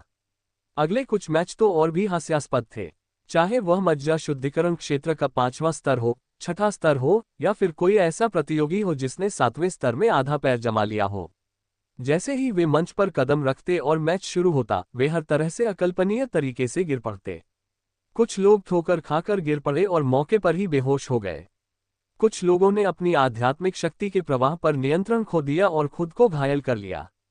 एक बेहद ही अतिरंजित मामला था ये। लोग चिल्लाने के तुरंत बाद उसकी आंखें अचानक खाली हो गईं और वह अखाड़े में एक हास्यास्पद नृत्य करने लगा जब तक कि वह थकान से गिर नहीं गया। लिन युआन ने शुरू से अंत तक एक भी हरकत नहीं की थी। उसने खड़े होने की मुद्रा में भी कोई बदलाव नहीं किया था। यदि पहली बार संयोग था और दूसरी बार दुर्घटना, तो लगातार 5 या 6 बार ऐसा होने का केवल एक ही मतलब हो सकता है। बात यह थी कि लिन युआन की ताकत एक ऐसे भयावह स्तर पर पहुंच चुकी थी जिसे वे बिल्कुल भी समझ नहीं सकते थे। उसे कुछ भी करने की जरूरत नहीं पड़ी। महज वहीं खड़े रहकर किसी अज्ञात तरीके का इस्तेमाल करके वह अपने विरोधियों को बिना लड़ाई के ही ढेर कर सकता था। यह अब कोई लड़ाई नहीं थी, ये तो आयामों को कम करने वाला हमला था। डर महामारी की तरह सभी प्रतिभागियों के दिलों में फैल गया। बाद में लिन युआन से लड़ने के लिए चुने गए किसी भी प्रतियोगी ने मंच पर कदम रखे बिना ही सीधे तौर पर प्रतियोगिता से हटने का विकल्प चुना। क्या तुम मजाक कर रहे हो? क्या तुम वहां सिर्फ खुद को मूर्ख साबित करने के लिए जाओगे? या फिर आप सार्वजनिक रूप से नृत्य करने का अनुभव लेना चाहते हैं। इस प्रकार एक विचित्र और अभूतपूर्व तरीके से, जो शायद कभी दोहराया नहीं जाएगा, लिन युआन ने अपने तरीके से फाइनल तक का सफर तय किया। और उसका प्रतिद्वंदी निस्संदेह दूसरी तरफ से आया हुआ भाग्य का पुत्र था, जिसने संघर्ष करते हुए अपनी असाधारण युद्ध क्षमता का प्रदर्शन किया था। ये जुबान। अंततः अंतिम युद्ध का समय आ गया। पूरे मार्शल आर्ट्स अखाड़े का माहौल चरम सीमा पर पहुंच गया था। एक तरफ ये जुबान थे, जो भाग्य के पुत्र थे, जिन्होंने जबरदस्त उत्थान किया, बार बार चमत्कार किए और आम आदमी के लिए एक मिथक के रूप में जाने जाते थे। दूसरी ओर लिन युआन थे, जो एक रहस्यमय और गूढ़ कुलीन युवा स्वामी थे, जिन्होंने अकल्पनीय तरीके से अपना रास्ता बनाया था। इस मैच ने न केवल इस भव्य प्रतियोगिता के चैंपियन का फैसला किया, बल्कि अनगिनत लोगों ने इसे नए अभिजात वर्ग और पुराने स्थापित तंत्र के बीच, प्रयास और प्रतिभा के बीच अंतिम टकराव के रूप में भी देखा। ये जुबान। आगे बढ़ो। ये जुबान। उस अयाश को मार गिराओ। दर्शक दीर्घा में बैठे लोग ये जुबान के लिए जयकारे लगा रहे थे। वे इस बात पर अधिक विश्वास करने को तैयार थे कि एक प्रतिभाशाली व्यक्ति, जिसने अपने प्रयासों से धीरे धीरे सफलता की सीढ़ियां चढ़ी हैं, उस आम विजेता को हरा सकता है जो अपनी पारिवारिक पृष्ठभूमि पर निर्भर था। ली जुबान एर भी भीड़ में मौजूद थी, उसकी मुठियां घबराहट से भींची हुई थीं और वह मन ही मन ये जुबान के लिए प्रार्थना कर रही थी। केवल गू निंगक्सु। लिन युआन को सोफे से दोबारा उठकर अधीर चेहरे के साथ अखाड़े की ओर जाते हुए देखकर उसके दिल में बेचैनी की एक तीव्र भावना उमड़ आई। यह आदमी बहुत ही भयानक है। मैदान पर यह जुबान ने गहरी सांस ली और अपनी अवस्था को चरम सीमा तक समायोजित किया। उसे महसूस हो रहा था कि लिन युआन बहुत मजबूत है, अविश्वसनीय रूप से मजबूत। लेकिन वह निडर था। उसके पास परम पूर्वज द्वारा सिखाई गई गुप्त तकनीकें थीं, उसे अनगिनत जीवन मरण की लड़ाइयों का अनुभव था, और उसके पास एक ऐसे शक्तिशाली योद्धा का दिल था जो कभी हार नहीं मानता। उन्हें पूरा विश्वास था कि वे निश्चित रूप से जीतेंगे। लिन युआन। ये जुबान की आवाज दमदार और गूंजदार थी। मैं जानता हूं कि तुम शक्तिशाली हो, लेकिन आज मैं, ये जुबान, तुम्हें यहीं पर ईमानदारी से हरा दूंगा। मैं तुम्हें दिखा दूंगा कि असली प्रतिभा क्या होती है। लिन युआन ने अपने कान खुजलाए, ऐसा लग रहा था कि वह उसकी तेज आवाज से चिढ़ गया था। उसने ये जुबान की ओर एक नजर डाली और दो शब्द बोले, कोलाहलयुक्त। ये देखकर रेफरी ने और कुछ नहीं कहा और तुरंत जोर से घोषणा की, फाइनल मैच अब शुरू होता है। शब्द मुंह से निकलते ही ये जुबान हिल गया। उसकी संपूर्ण आभा अचानक विस्फोटित हो गई और उसकी आध्यात्मिक शक्ति, जो अस्थि मज्जा शुद्धिकरण क्षेत्र के द्वितीय स्तर पर थी, बेरोक-टोक प्रवाहित होने लगी। उसने अपने दाहिने हाथ से मुट्ठी की मुद्रा बनाई और पर्वत ढहाने वाली मुट्ठी की प्रारंभिक मुद्रा धारण कर ली। वह इस लड़ाई का पहला वार करने के लिए अपनी सबसे शक्तिशाली चाल का इस्तेमाल करना चाहता था। हालांकि उसी क्षण उसने शुरुआती मुद्रा धारण की और इस धरती को हिला देने वाले मुक्के को मारने की तैयारी की। उसके सामने बैठी लिन युआन ने आखिरकार पहल की। उसने न तो मुक्का मारा और न ही लात मारी। उसने बस अपना सिर उठाया और उसकी उदासीन निगाहें पहली बार सीधे ये जुबान पर पड़ी। बूम! एक भयानक दबाव, जिसे शब्दों में बयान करना असंभव था, अचानक एक फूटती हुई दिव्य नदी की तरह, एक ढहते हुए ब्रह्मांड की तरह नीचे उतर आया। ये सिर्फ साधना की आभा नहीं थी, ये जीवन के स्तर से ही उत्पन्न होने वाली एक अत्यंत विनाशकारी शक्ति थी। यह आदिम अराजकता के पवित्र शरीर में निहित सर्वोच्च दिव्य शक्ति थी, जो सभी चीजों से ऊपर विराजमान थी। पफ! ये जुबान की शुरुआती मुद्रा अभी आधी ही बनी थी और उसे अपनी आध्यात्मिक शक्ति को पूरी तरह से संघनित करने का समय भी नहीं मिला था। उसे केवल इतना महसूस हुआ कि एक अदम्य, महान शक्ति उसकी दिव्य आत्मा और भौतिक शरीर में समा गई है। इस बल के कारण उसके शरीर की नसें पल भर में इंच इंच करके चकनाचूर हो गईं। उसकी आध्यात्मिक शक्ति बेतहाशा पीछे की ओर धकेल दी गई और उसके आंतरिक अंगों को ऐसा महसूस हुआ मानो उन पर 10,000 टन के विशाल हथौड़े से जोरदार प्रहार किया गया हो। अचानक उसने मुंह भरकर खून थूका और ऐसा लगा जैसे उसके पूरे शरीर की हड्डियां निकल गई हों। उसके पैर लड़खड़ा गए और धड़ाम से वह जमीन पर घुटनों के बल गिर पड़ा। क्या हुआ? ये जुबान का दिमाग सुन्न पड़ गया। वह तैयार नहीं था, वह इस तरह हार नहीं सकता था। आह! ये जुबान ने एक जानवर जैसी दहाड़ लगाई, अपनी पूरी ताकत लगाकर जमीन से उठने की कोशिश की, पलटवार करने के लिए बेताब था। हालांकि उसका सामना एक और भी भयावह और भारी दबाव से हुआ। टकराना। ये जुबान का शरीर, जो अभी थोड़ा सा उठा ही था, एक अदृश्य शक्ति द्वारा बुरी तरह से नीचे पटक दिया गया। उसे अपमानजनक मुद्रा में जमीन पर बुरी तरह दबा दिया गया था, उसका गाल ठंडी पत्थर की पटिया से कसकर चिपका हुआ था, वह एक उंगली भी हिलाने में असमर्थ था। यह अंतर, क्या यही वह अंतर है? जीवन मरण के लिए की गई उनकी साधना, जीवन मरण के अनगिनत अनुभवों से भरी उनकी दृढ़ता, जिस इच्छाशक्ति और प्रतिभा पर उन्हें इतना गर्व था। इस व्यक्ति के सामने ये सब एक मजाक जैसा था। ये तो बिल्कुल ही घटिया मजाक है। अनिच्छा, क्रोध, अपमान, निराशा, हर तरह की भावनाएं उसके दिल में सबसे घातक जहर की तरह उग्र रूप से उमड़ रही थीं, जो उसकी मानसिक स्थिरता को तार तार कर रही थीं। उसे ऐसा महसूस हुआ जैसे वह किसी व्यक्ति का सामना नहीं कर रहा हो, लेकिन वह एक ऐसे सर्वशक्तिमान देवता की ओर देख रहा था जिसने सभी जीवित प्राणियों की उपेक्षा की। चाहे वह कितनी भी मेहनत करे या कितना भी संघर्ष करे, वह कभी भी दूसरे की एड़ियों तक नहीं पहुंच पाएगा। लिन युआन ने ये जुबान की ओर देखा, जो जमीन पर पड़ा हुआ था और जिसके संघर्ष व्यर्थ लग रहे थे। उसकी आंखों में जरा भी भावहीनता नहीं थी, मानो वह किसी चींटी को देख रहा हो। उसने धीरे से अपना पैर उठाया और उसे हल्के से फर्श पर रगड़ा। आवाज तेज नहीं थी, फिर भी वह स्पष्ट रूप से पूरे शांत मार्शल आर्ट्स अखाड़े में फैल गई। क्या आपको लगता है कि सिर्फ इसलिए कि आप गुमनामी से उठकर इस मुकाम तक पहुंचे हैं, आप भाग्य के पुत्र हैं? माफ कीजिए, लेकिन आप जैसे व्यक्ति में मुझे हड़ताल पर भेजने की योग्यता भी नहीं है। एक उपहास, गहरी घृणा से भरी यह बात ये जुबान के दिल में बर्फ के टुकड़े की तरह चुभ गई। शब्द गिर पड़े। लिन युआन ने ये जुबान की तरफ दोबारा देखा तक नहीं। वह मुड़ा और शांत कदमों से अखाड़े से बाहर चला गया। उसके लहजे में व्याप्त उदासीनता किसी भी कड़वे शब्द से कहीं अधिक पीड़ादायक थी। ऐसा लग रहा था मानो ये जुबान का अस्तित्व भी उसके लिए समय की बर्बादी मात्र था। यह एक जीनियस है। पूरा मार्शल आर्ट्स अखाड़ा सन्नाटे में डूबा हुआ था। इस दृश्य ने सभी को स्तब्ध कर दिया और उनकी समझ पूरी तरह उलट गई। लिन युआन की आकृति सुरंग में लगभग गायब हो जाने के बाद ही घबराया हुआ रेफरी मानो सपने से जागा हो। कांपती हुई आवाज में उसने उस परिणाम की घोषणा की जिसमें अब कोई संदेह नहीं रह गया था। विजेता लिन युआन।